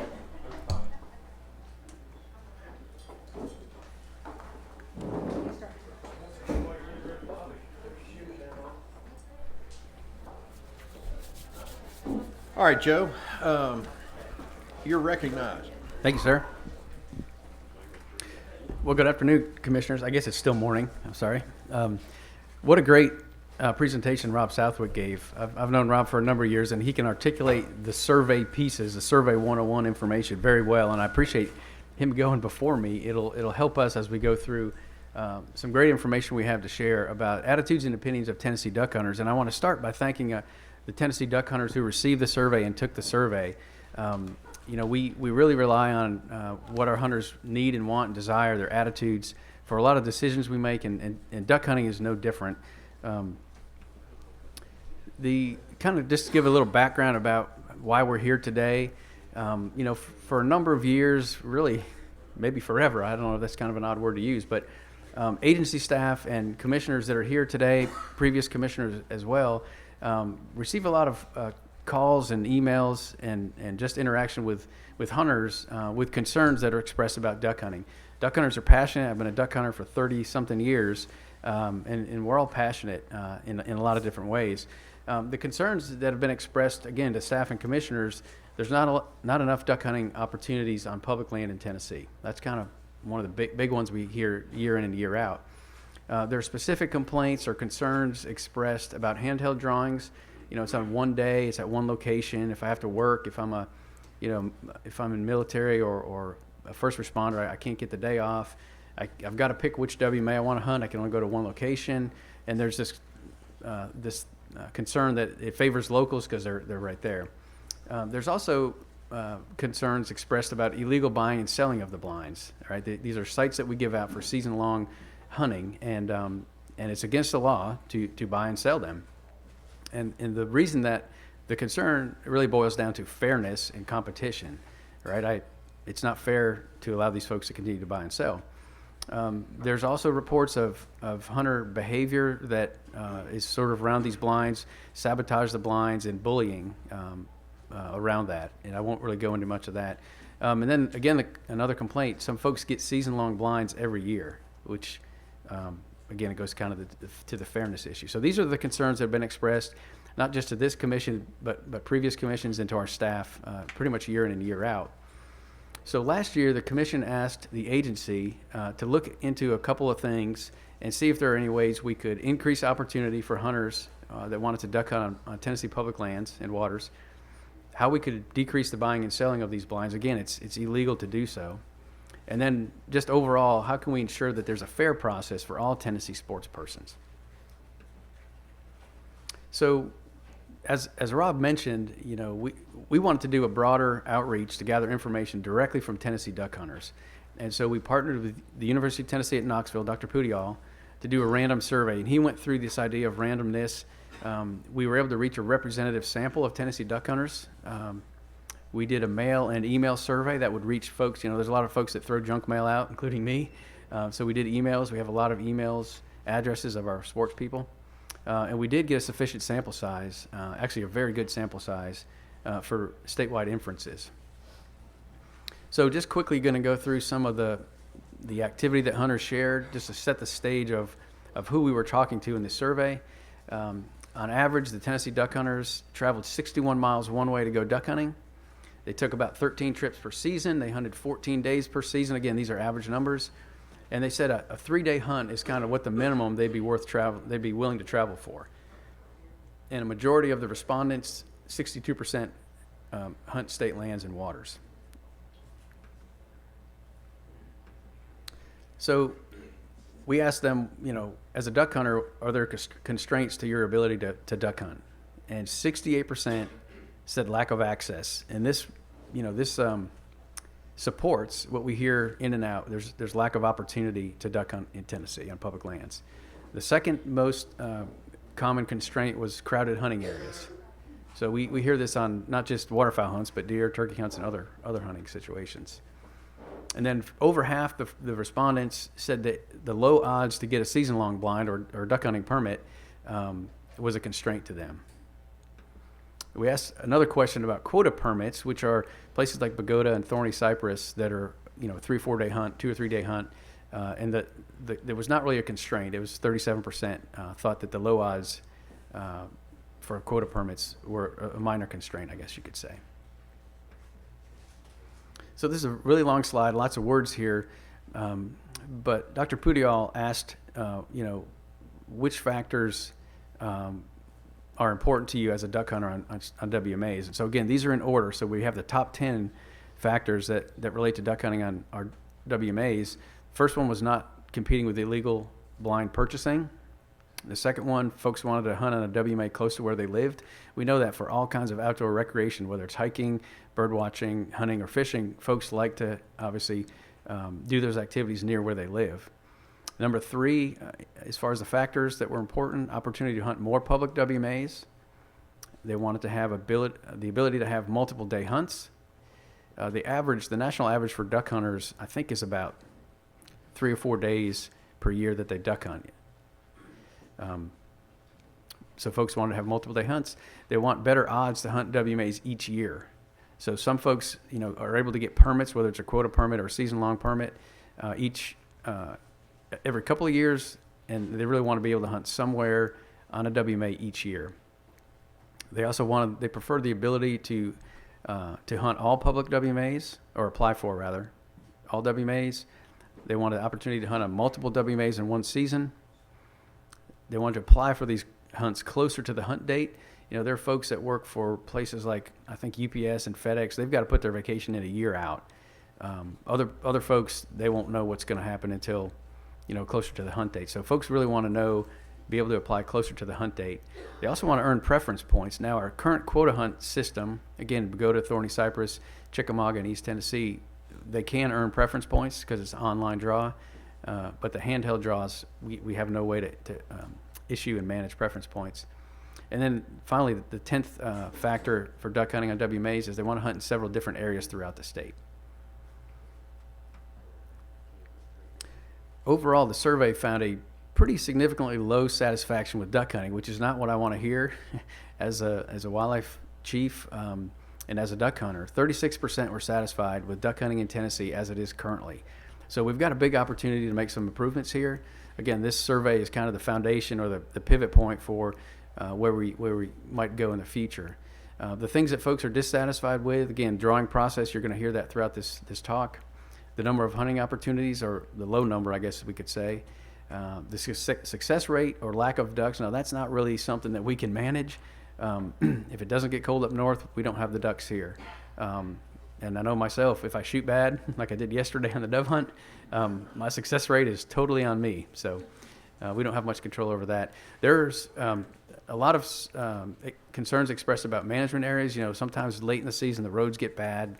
They get rutted. We need some gravel and other maintenance. And they're not satisfied with that in some cases. And then the season start and end dates. Again, that's the federal government, the U.S. Fish and Wildlife Service, Division of Migratory Bird Management. They set the start and end dates of the season. And what we see here in mid-latitude and southern states is, if it doesn't get cold, those ducks don't really come down until very late in the season. So folks typically want to hunt later, which is beyond the ability that we have to hunt in February. Another piece of low satisfaction in the survey respondents was the drawing methods. So we asked folks, hey, do you like what we're doing for current draw methods? And this would include both quota hunts and the handheld draws. And only 21% of our Tennessee sportsmen and women were satisfied. That's a very low number. And again, it's kind of shocking to me. We've heard these numbers. I've talked to hunters. Many of you have talked to hunters. Our staff talked to hunters who are not satisfied. And this is a real number here, again, based on a random survey. Of those folks who entered a handheld draw in last year, we asked them, how satisfied are you? And they said 33%. So even of the folks, this goes down just to the handheld draw folks, only 33% were satisfied. So we have low overall satisfaction with hunting. and both two metrics of low satisfaction with the current drawing methods. So then we said, well, what do you prefer? What kind of drawing method do you prefer? And overall, of all the respondents, 52% said they wanted to have an online drawing. And again, we have some online drawings now for the quota hunts. We have the handheld draws for the season-long permits. And we wanted to get a little more granular with this, down in the weeds a little bit. And so we said, of those folks that were familiar with the current drawings, and that number was, I believe, in the 70s, 70% of the hunters were familiar. We said, well, what do you prefer? Because they've been to the drawings, they've applied, and again, 55, the number's going up, the percentage is going up. 55% of those that were familiar with our drawings prefer online. And we went another step and said, if you're dissatisfied with our current drawing process, and remember that number is a pretty high number of percentage of folks that are dissatisfied, what do you prefer? And 57% said they desired online drawing. So in all three of these metrics, which are only slightly different as far as the respondents, over half of the folks that took the survey preferred an online drawing method. So we asked specific questions about season-long permits, or I think the jargon on the street is, season-long duck blinds. Even though there's not a blind, it's a permit for that location. We asked the question, again, knowing that many of our staff and commissioners get questions about opportunity. We asked a question and said, would you support a change to this season-long permit so that more hunters can have an opportunity each year, right? And so 45% said, yes, we'd like to do that. And remember, some of these folks are those that have received a season-long permit, and some have not ever received that. And so we also share the percentage of respondents by region who support that change. So about 40% in Region 1 and 2, and then 60 to 70% in Region 3 and 4 prefer, or would support a change to change the season-long permits. Again, the idea would be to create more opportunity, which is, one of the top complaints and constraints that hunters have. So we also asked about rest periods on our quota hunt areas. Again, like Pagoda, Thorny Cypress, Chickamauga, we have closure times. Some are at 1 o'clock, some are a little bit later, and then we also have closure days or rest days. So we asked some questions about rest periods, and the first number, 43% of the respondents supported a closure at 1 p.m. for a rest period. We know that ducks don't like to get shot at, and they learn very quickly where hunters are, if they're in the same place, and when they're there and when they're not. A lot of times ducks begin to feed at night when there's a lot of pressure. So many of our hunters are experienced hunters, and they know that rest periods are important. We asked a question about closing WMAs for 1 or more rest days per week, and 53%, over half the people, support that. Again, I think these folks are looking for more of a quality hunt on the first day after the rest day. And then we said, well, would you like both? Would you like closure every day at a certain time at 1 o'clock and then rest days? And had a little bit less support, but about 37% of respondents said, yeah, we'd like to have both, early closures and day closures. So just to recap, the commission asked us to look for ways to increase opportunity for duck hunters on public lands, decrease buying and selling of these blinds or these blind sites, and then is our process fair? We had a huge response from our duck hunters. We certainly have not heard from every duck hunter, right? And we heard from Mr. Southwick that you don't really need that. We conducted this representative sample so that if we sampled another random group of Tennessee duck hunters, we would likely get similar results. And he went through a good description about margin of error and those kind of things. And so we're pretty confident that these results are plus or minus 5%. So if we gave you 50%, the real number would be 45 to 55%, right? If you surveyed all the respondents, that's the percentage you'd expect. So it's a very robust survey, statistically speaking, per Dr. Poudyal. The survey results, I didn't mention this at the beginning, but we excluded a very high number of respondents who said they didn't duck hunt. We really wanted to know people that duck hunt or duck hunted last year, what they thought and what they wanted and what their attitudes and opinions were. The majority of hunters agree with these three concerns that the commissioners have mentioned to us, and we've all received calls and emails from. And again, this strongly validates this individual input we've received from hunters throughout the last decade or more. The majority of respondents hunted state lands and water, so these weren't folks that were disfamiliar. They were folks that were familiar with our WMAs. And this is a very interesting number. 70% of the folks that responded to this survey have used the permanent blinds. And so the findings of this, these percentages of dissatisfaction and this willingness to maybe do something different is a really strong number. It was really surprising to me that we had that response. Again, some prefer the current offering. There are folks that want to keep things the same, right? We're all resistant to change in our personal life and in other ways. And we had others that were satisfied with just hunting a few days each year. I know for myself, when I was younger, I could hunt a lot. The older I got, married, kids, more of a full-time job, I hunt way less than I ever did. And so if I can take my son on a 3-day hunt every year, I'd rather prefer that. And I think we saw that with some of the numbers that we shared. Folks are happy with hunting 1 or 2 different WMAs every year, and they just want a few days every year to do that, and they'll be satisfied. We know that recruitment, retention, and reactivation, R3 as we call it, is an issue for Tennessee public duck hunters. Going back to the first thing there, we only took input from duck hunters. We had a number of folks that responded that said, I used to be a duck hunter, but I sold all my stuff. And some of it was articulated later about access and crowding and things like that. Some of it, we don't know why, but we excluded those folks. But again, we're coming back to this idea that if we want to retain duck hunters, we've learned what they're dissatisfied with, we know what their preferences are. This is an opportunity for us to increase that retention and even recruitment of new hunters. So hunters' desires, and again, these were captured in the survey as important factors. They don't want to compete with illegal buying and selling. Around the WMAs, they wanted to apply for hunts on all WMAs. Again, not just one.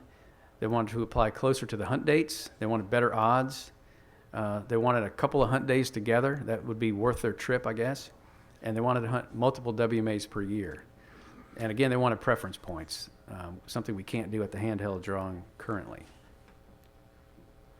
So again, top constraints of duck hunters as a recap. Most of them said lack of access was an issue and a constraint to them. An additional group thought crowding was an issue. Overall, again, the drawing preference for those familiar with the drawings was 55%. So these are folks that have experience with our different types of drawing, and they prefer online drawings. And, thanks to COVID, we actually have, this year we were able to do all of our drawings online. And again, we heard from folks that were happy with that, glad to do that. One of our area managers said, he looked through the list of people that received those blinds. He said, I don't know any of these folks on this list. So they were all new hunters that were going to hunt at that WMA for the first time, perhaps. So just a couple concluding thoughts. We know there's lots and lots of traditions around duck hunting. I've duck hunted in these permanent structures that are there for 60 days by invitation, and it's really nice to have dry feet and a place to get out of the weather and the wind, and a lot of them have little kitchens. It's a fun way to hunt. And it's certainly, if you're going to introduce new hunters, that would be a nice place to take them. We also, as you guys saw, there's an overwhelming desire for more opportunity. That's the number one thing that hunters are looking for. And, we come down to the fact that these are public properties, so the WMAs belong to everybody, no matter where you live in the state. And finally, is our system fair and equitable to all hunters? That's something we just have to continue to wrestle with. We do appreciate, I said this at the beginning, I appreciate the sportsmen and women of Tennessee taking the time for this survey. It was not a short survey. You talk to folks like Rob Southwick and others, they say the shorter the survey, the better, because people get burned out halfway through. This was a significantly long survey, and I just appreciate folks sticking with it and providing the answers to all those questions. We appreciate the Commission's interest and support. This is something that, again, for years, even as commissioners turn over, they ask us, what can we do about this? What do hunters want? This is what we're hearing. And again, we've got a random survey that represents Tennessee duck hunters well, that we're able to use these findings. And so we're hopeful that the results of this survey, as we just presented, will broaden the conversation, not only between the agency and the commission, but also our partner groups and duck hunters in the days ahead. And at the end of the day, really the question that my staff and I are asking is, how can we make things better for Tennessee duck hunters? So that's kind of the goal as we move forward. Thank you, sir. Thank you, Joe. At this point, are there comments or questions from commissioners? All right, well, I've got something to say, and I think this is a very, very important opportunity we have now that we understand a little better what duck hunters want. You know, this agency is heavily invested in duck hunting in Tennessee, in money, in time, in labor, in our WMAs and so forth. And it seems to me that it is only right that that investment be shared equally across the state. And I am very concerned that the present system does not afford equal opportunity to hunters across the state. We've tried to deal with illegal blinds. I know it was an issue. It's been an issue forever. And so I think this is something that is extremely important. I know that Kurt Holbert is very, very concerned that we need to do everything we can to improve the situation. You know, if you got only 21% of your responding hunters who are satisfied with a draw process, we got a problem, and we need to address it. And I mentioned that we're having a called meeting November the 12th, and the primary purpose for that meeting is to receive from staff its recommendations as to how we can address these issues. And so I hope that gives you the time to get it done, but I think it's something we really, really have to take seriously. All right, are there any comments from the commission? To add to what you say is in addition, we're just providing more opportunity to these people. It is, we've got to find a way to do that. Exactly. So I think it's important. Exactly. All right. Are there any comments from the public? Yes, sir.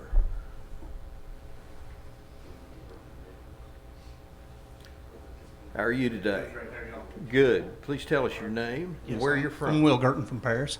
Okay. And I've been a public duck hunter all my life. So anyway, I appreciate Joe's presentation. I just did want to ask, the 70% it said they hunted permanent blinds, was that specifically on state-owned ground, or was that across all participants? I believe it was on state-owned property. I'll check on that, but I believe it was. Yeah, I just, again, because most private people have blind structures to hunt out of. I would ask, I don't know if the agency has done this in the past. A lot of the problem areas in the state are localized. My feeling, I've hunted all across the state from East Tennessee to West Tennessee. So the public utilization of some of these areas is not as immense as it is, say, in Camden Bottoms. So again, you're making a decision for the whole state. I just want there to be an understanding that not every area is being influenced like some of them are. So anyway, I just wanted to make those points. Appreciate your time. Appreciate your consideration. Thank you very much. Any other comments from the public? All right. Well, hearing none, we'll look forward to your, go ahead. Well, Mr. Chairman, I believe the survey was couched as a duck hunting on public land survey. So I expressed some uncertainty a minute ago, but really the whole survey was couched on public land. So I think that number holds for public land, the 70%. Yeah. My apologies. And if I remember correctly, you also did it by region of how people were thinking about the online drawing or the handheld, and it was really pretty much even across those regions, wasn't it? Or am I mistaken? So it was about 40% in region 1 and 2, and between 60 and 70% in region 3 and 4. So it's slightly higher. I guess to Will's point, Camden Bottom, if it were just surveyed by itself, would be totally different in whether they want handheld drawings or big sandy than it would be possible East Tennessee. Very probable. Yeah. Good point. Good point. Any other comments? Questions? Okay, thank you, Joe. We look forward to your recommendations in November. We'll work hard. All right, thank you. All right, we're going to proceed into a rulemaking hearing at this point. This is a rulemaking hearing before the Tennessee Fish and Wildlife Commission to consider amending Rule Chapter 1660-01-32, which deals with rules and regulations for in need of management, threatened and endangered species. My name is Jim Ripley. I am the acting chairman today, vice chairman, and I will conduct the hearing. The order of proceedings: the Tennessee Wildlife Resources Agency staff will present information on the proposed rule. Commission members will be permitted to comment and ask questions. Members of the audience will be permitted to comment and ask questions. Staff members and members of the audience wishing to speak should identify themselves before speaking. I reserve the right to limit comments and discussion, especially in cases of repetition. That being said, Pandy Upchurch is recognized.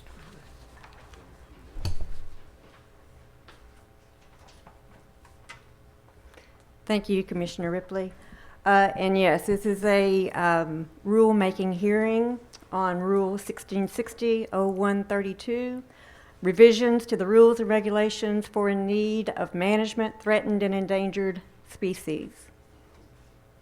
As you recall, David McKinney reviewed the commission on this rule back in December. And so what this rule is doing is we are obtaining our obligations that is in statute. It's the Tennessee Non-Game and Endangered or Threatened Wildlife Species Conservation Act of 1974, pursuant to which the Commission promulgates the regulations and makes a list of the endangered, threatened species in Tennessee and makes those available to the public. And we have to do this every 2 years. So that's a good thing, because what this list does is it allows us to remain proactive as far as the conservation actions that we choose to do to preserve and conserve and manage our non-game species. It keeps the management of rare species under state versus federal laws. This allows us to prevent things from becoming federally endangered. We keep them state listed instead. It keeps TWRA compliant with our agreements with the U.S. Fish and Wildlife Service. And we have many success stories to prove that this is a good way to conserve rare species, at-risk species. The osprey was once federally endangered. It is now delisted. The bald eagle was once federally endangered. It is now delisted. The peregrine falcon was once federally listed, and now it is delisted, and we did this just 2 years ago. So we took it completely off of our deemed and in need of management species list. So this focuses our attention and allows us to conserve at-risk species and bring them back from rarity status. So we have made revisions to the list that we passed in 2017. We have one species that has been added to the threatened and endangered species list, and that is the Tennessee log perch. Sometimes we have to revise this list because taxonomists divide species up. And they'll take a rare species and they'll turn it into 2 rare species. And that's what's happened with the Tennessee log perch and the blotch-side log perch. The Tennessee log perch is actually a new species to science. So because it was rare already, we had to list it as a threatened species as well. So it was already a threatened species as the log perch, or it was in deemed of management, and so we just raised it to equal its Tennessee log perch status. So we've got log perch, blotch-side log perch, and the warily salamander is added to, they've been uplisted from in need of management to threatened. We've added 5 species to in need of management, but again, one of them is the clinch dace, which was once the rugby dace, so it's just a change in name.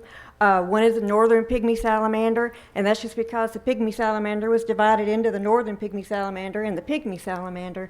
And then the crawfish frog, the Yanalasi salamander, and the Kirtland snake are all my fault because they are species that have very limited, but they're not rare because of me, but they are species that I am familiar with as having very limited ranges. And the Kirtland snake, we only have 2 records in Tennessee. And the crawfish frog lives in a small area in the clay hills of western Tennessee, and the Yanalasi is in the Unaco Mountains. So they are species on the in need of management list. These species are species that more than anything else, we just want to know more about. We want to study. We want permission to go out there and dedicate time and effort to learning more about them. We've removed one species from the list, and that's the Alabama crayfish, and that's because it's mostly a headwater species in the Duck River watershed, and those habitats are mostly protected. So those are the changes that we have made to the list. And this is one thing that I want to share with you, and that is the federal list and the state list are two different things. So when we created this rule, this rule allowed us to adopt the federal endangered species list by reference to our threatened and endangered species list. So there are two lists. There's a federal list and there's a state list. The state list automatically adopts whatever is on that federal list of endangered species that occur in Tennessee. So when you look at our state list, you won't see endangered mussels, even though we all know we've got endangered mussels in Tennessee. That's because they're all on the federal list. So we're referring to the federal list with our state list. And so the Tennessee Wildlife Resources Agency adopts by reference the species and subspecies protected by the Federal Endangered Species Act of 1973. So they are on our list, even though you do not see them on the rule that you are reading. They're there by reference.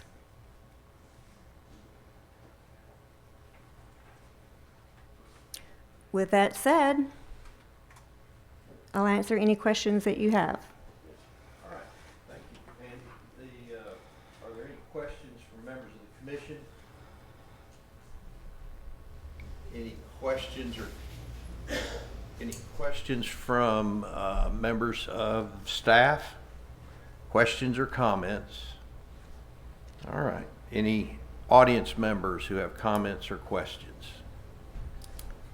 All right. Hearing none, I need a motion to adopt Chapter 1660-01-32, which deals with rules and regulations for native management, threatened and endangered species. Do I hear a motion?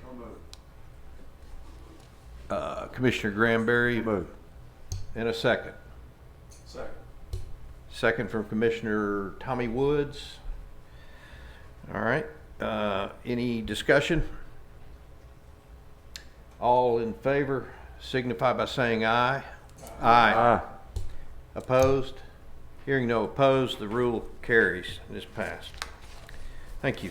Thank you, Commissioners. All right. At this point, we're going to recognize Bobby Wilson for recognition of some folks.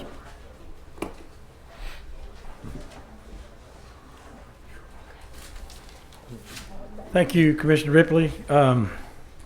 It's my honor, my pleasure today to recognize an employee who's been with us for a number of years. It's a good time to recognize him. It's sad for a lot of us because we all know, a lot of us know Barbara Schaefer, who is a pilot and has already officially retired as of October the 2nd, but we're going to recognize her today. So just a little bit about her. She started her service to TWA in April of 1998 as an aircraft lead pilot, a role she has been in for 22 years.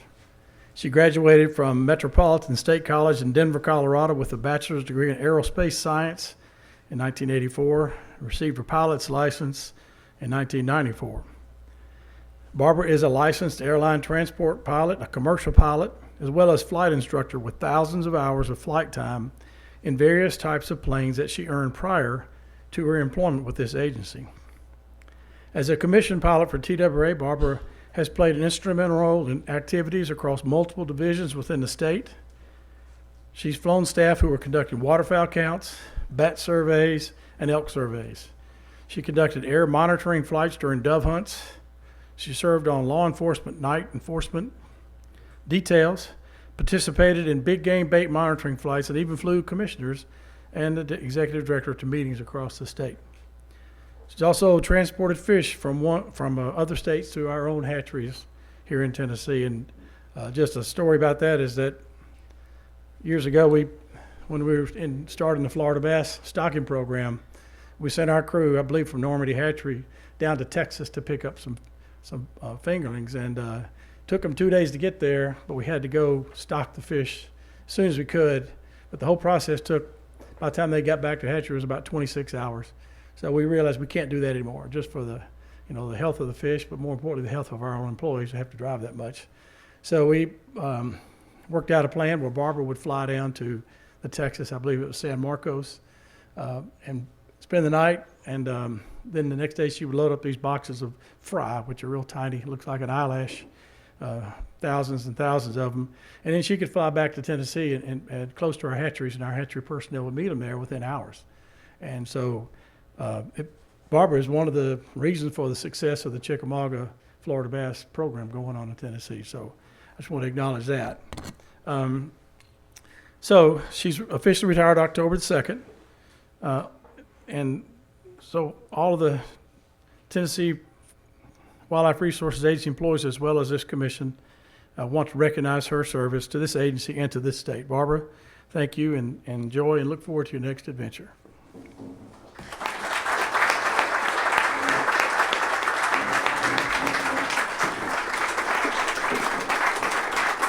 Thank you.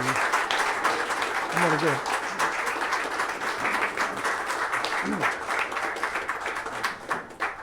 We have a plaque for Barbara, too.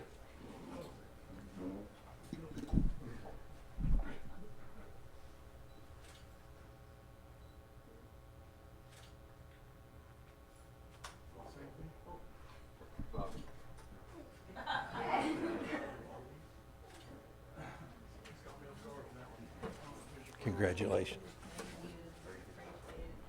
Never got to fly with it.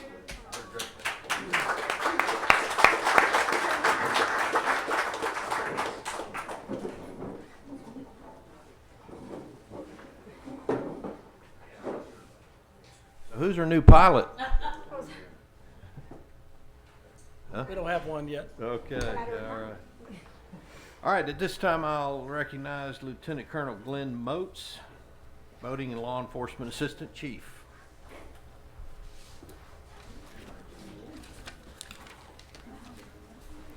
Thank you, Chairman. Thank you, Commission. So every year, we like to recognize officers that have done exceptional work in boating safety, to include law enforcement, education, and outreach. We choose one full-time officer and one part-time officer every year. So the selection this year for the full-time boating officer of the year, now this is for calendar year 2019. So boating goes on the whole year round, so we do this on a calendar year. This is for work done in 2019. So the full-time boating officer this year, we're recognizing for 2019 is Sergeant Dustin Buttram. Okay, so you've already seen him today, but he's here with us. So Dustin is assigned to work law enforcement in District 31 as a full-time boating officer and as a law enforcement sergeant. District 31 is in Region 3 and contains Center Hill Lake, Caney Fork River, and Dale Hollow Lake primarily. These bodies of water are a popular tourist destination for fishermen and recreational boaters. Officer Buttram excelled in the area of law enforcement. He inspected 1,205 recreational vessels for compliance, issued 46 citations and warnings for law enforcement violations. He administered field sobriety tests to 25 boat operators and removed one impaired operator from public waters, made one arrest for public intoxication on Center Hill Lake. Additionally, Dustin assisted other TWRA officers with 30 violations and helped 10 individual boaters on the water that required some type of assistance. Also, Dustin assisted the White County Sheriff's Office with a vehicle recovery on Center Hill Lake. Sergeant Buttram was the lead investigator on 5 boating incidents and assisted officers on 3 others. In the area of education and outreach, Dustin taught 16 boater education classes and certified 462 students as safe boaters in Tennessee. He also provided 13 public programs, 2 radio shows, and 2 written articles to promote safe boating. Dustin also provided the TWRA BUI simulators Simulator, which is an outreach tool that we have to reach students at 4 different venues across the state to educate the public on the dangers of drinking and boating. Officer Buttram was also called out at least 10 times by the DeKalb County Sheriff's Office and the DeKalb County Rescue Squad to assist with boating-related issues on the Caney Fork River. Dustin has worked with other officers to organize law enforcement details within his district by utilizing canoes, kayaks, and spotting scopes and other agency vessels. These details have resulted in multiple cases that would not have been made using conventional methods of patrol. His efforts included during the various 4th of July festivities and other marine events such as Wake Fest. He was there instrumental in ensuring the safety of the public. Dustin makes sure that all boats are operating properly and these marine events are staffed properly. Dustin has also instructed new officers, new cadets that we hire, on water survival, boating under the influence, and investigation of boating accidents. He has attended 5 instructor trainings so that he can be a better officer, educator, and instructor. Dustin's knowledge and willingness to help have made him a valuable asset to the public and to the agency. When other officers have boating-related incidents, Dustin is quick to offer assistance. This often means traveling long distances throughout the district and working long hours to make sure that the other officers have the help they need in stressful situations. Sergeant Buttram's dedication to law enforcement, the public, and his fellow officers has made him a valuable addition to District 31 and to the agency. So, congratulations, Dustin, if you want to come up.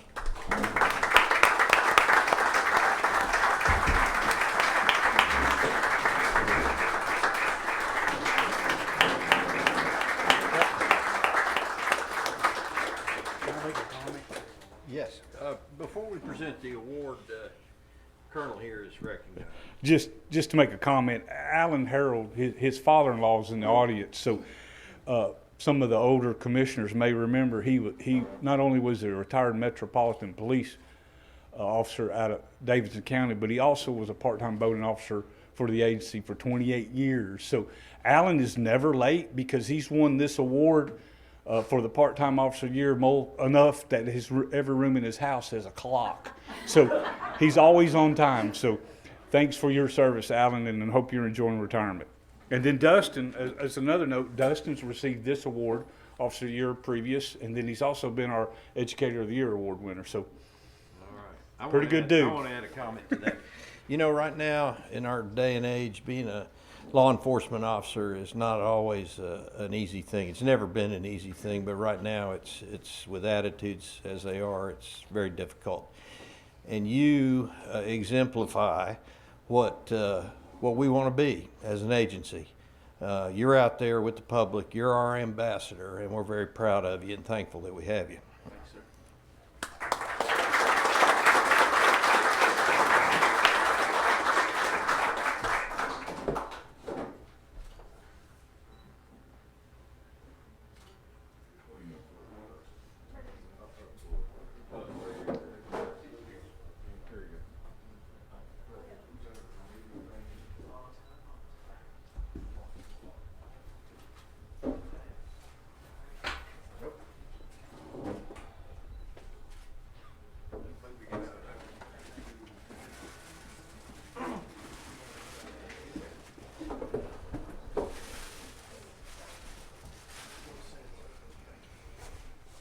I failed to mention also Dustin's supervisor, Lieutenant Tim Singleton, is with us today, so recognize Tim.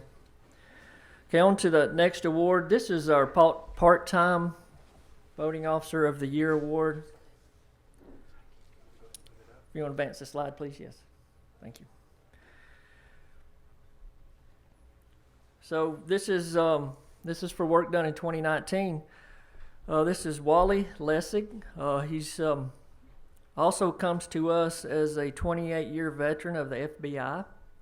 So it's a good asset, a great employee to have with us.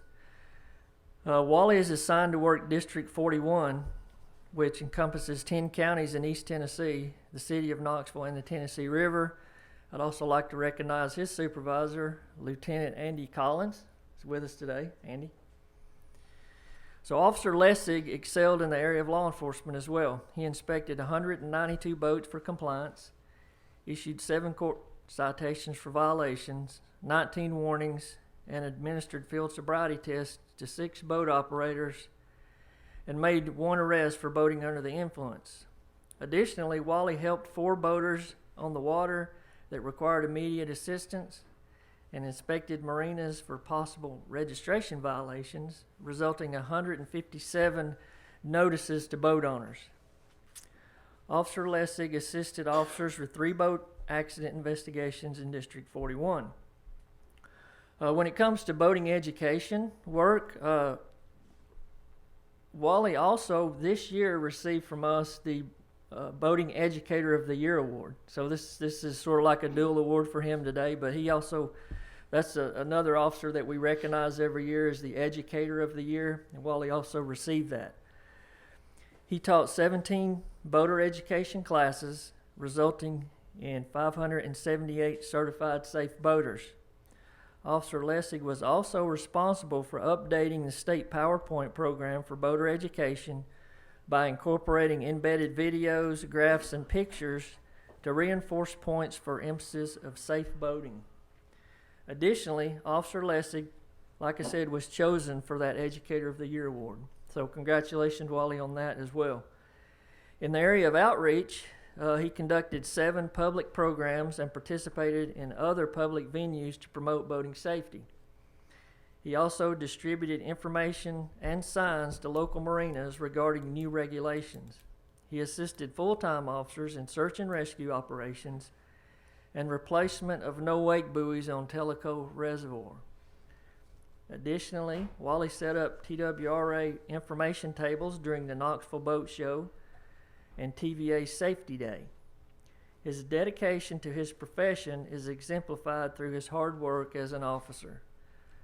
For example, he's received letters from the public. He received a letter from a parent actually praising his professionalism and positive attitude for his interaction with them. Officer Lessig is always willing to help with any programs or boating enforcement issues in District 41. So TWRA is blessed to have Officer Lessig as part of their team. So congratulations, Wally, if you'd like to come up.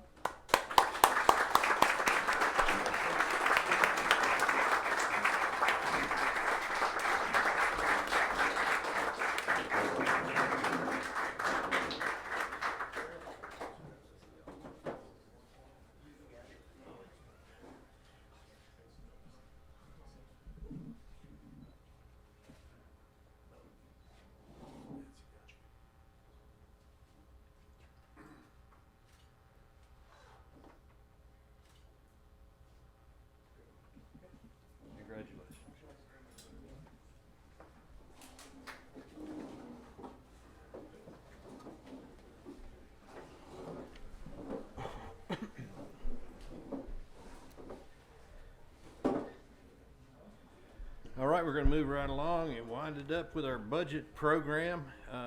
Rob Todd, Environmental Services Assistant Chief.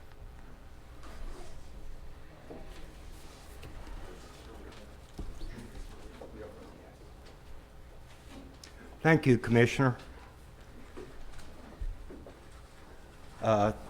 What we're recommending is a budget expansion for the fiscal year 22.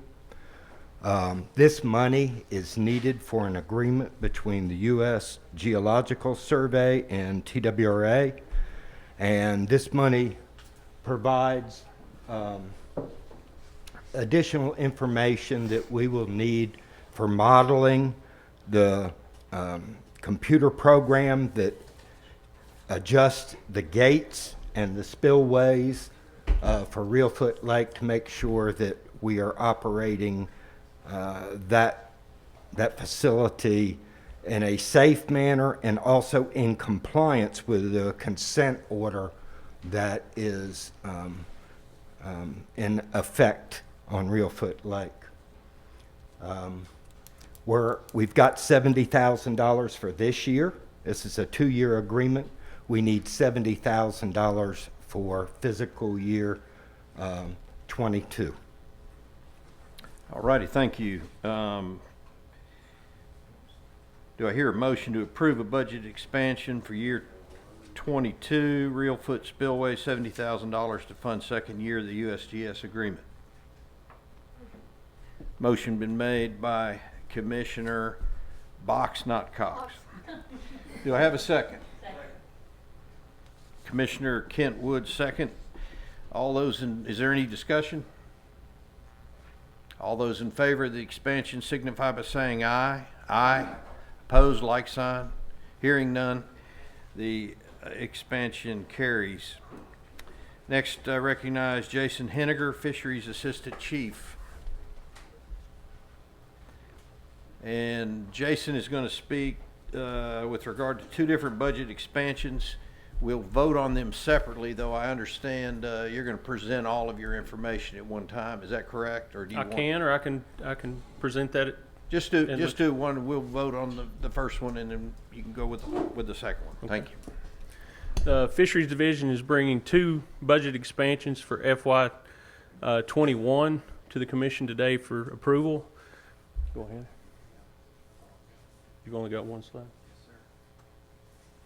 Okay.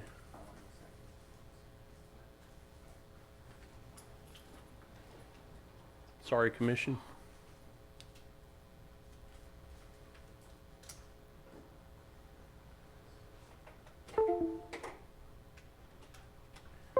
Both these budgets are Asian Carp federal funds that we received, as Cole spoke about earlier, was part of that $1.7 million we received for federal appropriation last year, and we're just now getting that money in hand in order to put to use. The first budget is budget 730900, and the amount for that expansion is going to be $472,400 into, as I said, budget 730900, and that's to purchase supplies, equipment, and vehicles for the TWRA carp monitoring and control.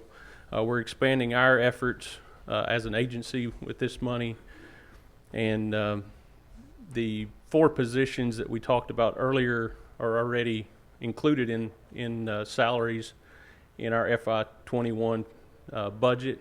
This is just for the purchase of supplies, vehicles, and equipment to support those positions. These funds have already been matched through the $400,000 industry improvement grants that we've awarded to Paris Henry County Industry Commission and Benton County for the improvements to those processors' facilities, so we can increase the amount of fish that can be harvested out of the Tennessee Cumberland Basin. Thank you. Do I hear a motion for approval of budget expansion for year 2021, the U.S. Fish and Wildlife Service Asian Carp Fund, the amount of $472 for Asian Carp projects? Commissioner King made the motion. Is there a second? Second. Second by Commissioner McLaren. Any discussion? All in favor signify by saying aye. Aye. Opposed? Motion carries. Our second expansion is for $439,500, and that's to 730901, and those funds will be transferred through a grant to Tennessee Tech University to further their research on the movements and relative densities of Asian carp in the Cumberland and Tennessee basins. Again, that's federal funding that will be matched by Tennessee Tech at 25%. Thank you. Do I hear a motion for approval of a budget expansion for year 2021? Is there a second? Motion was by Commissioner McLaren, second by Commissioner Gardner. All in favor signify by saying aye. Aye. Opposed? Motion carries. Joe Benedict is recognized again. Thank you. Thank you, Commission.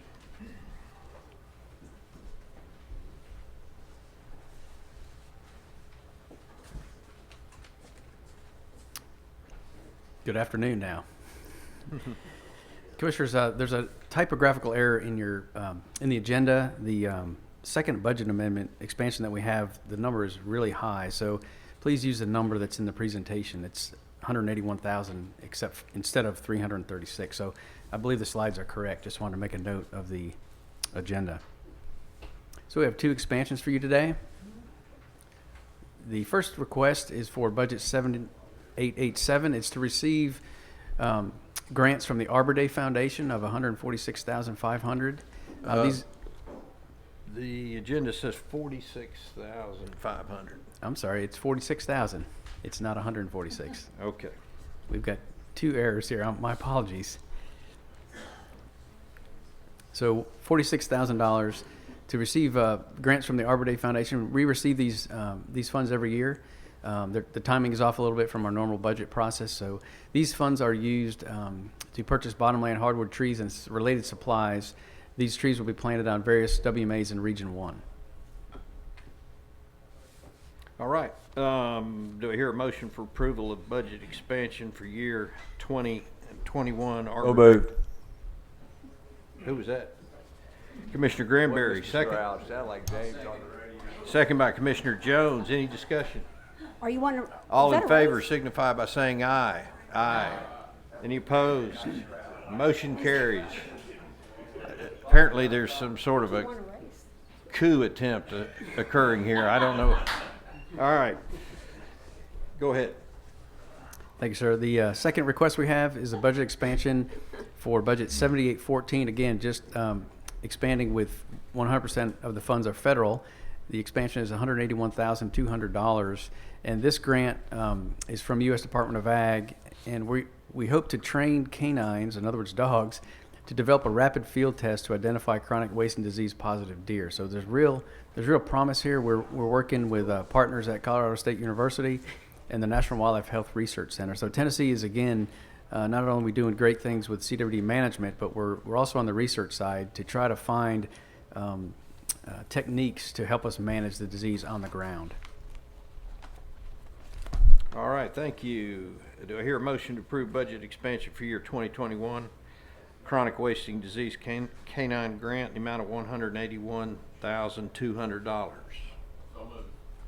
Motion by Commissioner Tommy Woods. Do I hear a second? Second. Second by Commissioner Sanders. Any discussion? All in favor signify by saying aye. Aye. Aye. Opposed? Motion carries. Joe, real quick, identified a specific dog that they think will be best suited for this training? I can't answer that question. Okay. I'm not sure. Thank you. Sure, it's a lab. All right. Ken Tarkington is recognized. Thank you, Mr. Chairman. In your, or on your iPad, in your book, and of course up here, there will be a two-page financial presentation.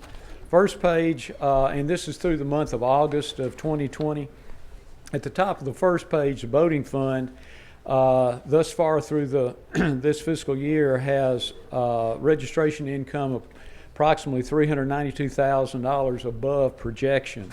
The expense to date of the allotment is 12.5%. Middle of the page, the wildlife fund license income is approximately $226,000 more than was projected, and the expense to date is just under 10% of the annual allotment. The bottom of the page, the Wetland Acquisition Fund, we have a balance of $14,372,000. The second page identifies our investment account with the Treasury, as long as the idle excess funds that are deposited in the state pool investment funds. The current year-to-date amount of potential earnings for the investment is 0.11%, and the SPIF, or the state pool investment, is 0.25, or about 1/4%. Any questions, comments? All right, this requires no action. Thank you, Ken. Thank you, sir. All right. All right, well, ladies and gentlemen, appreciate your attention and patience with me. Anytime you take on a new task, it's a little daunting. And so I have to say I was a little nervous about this whole deal.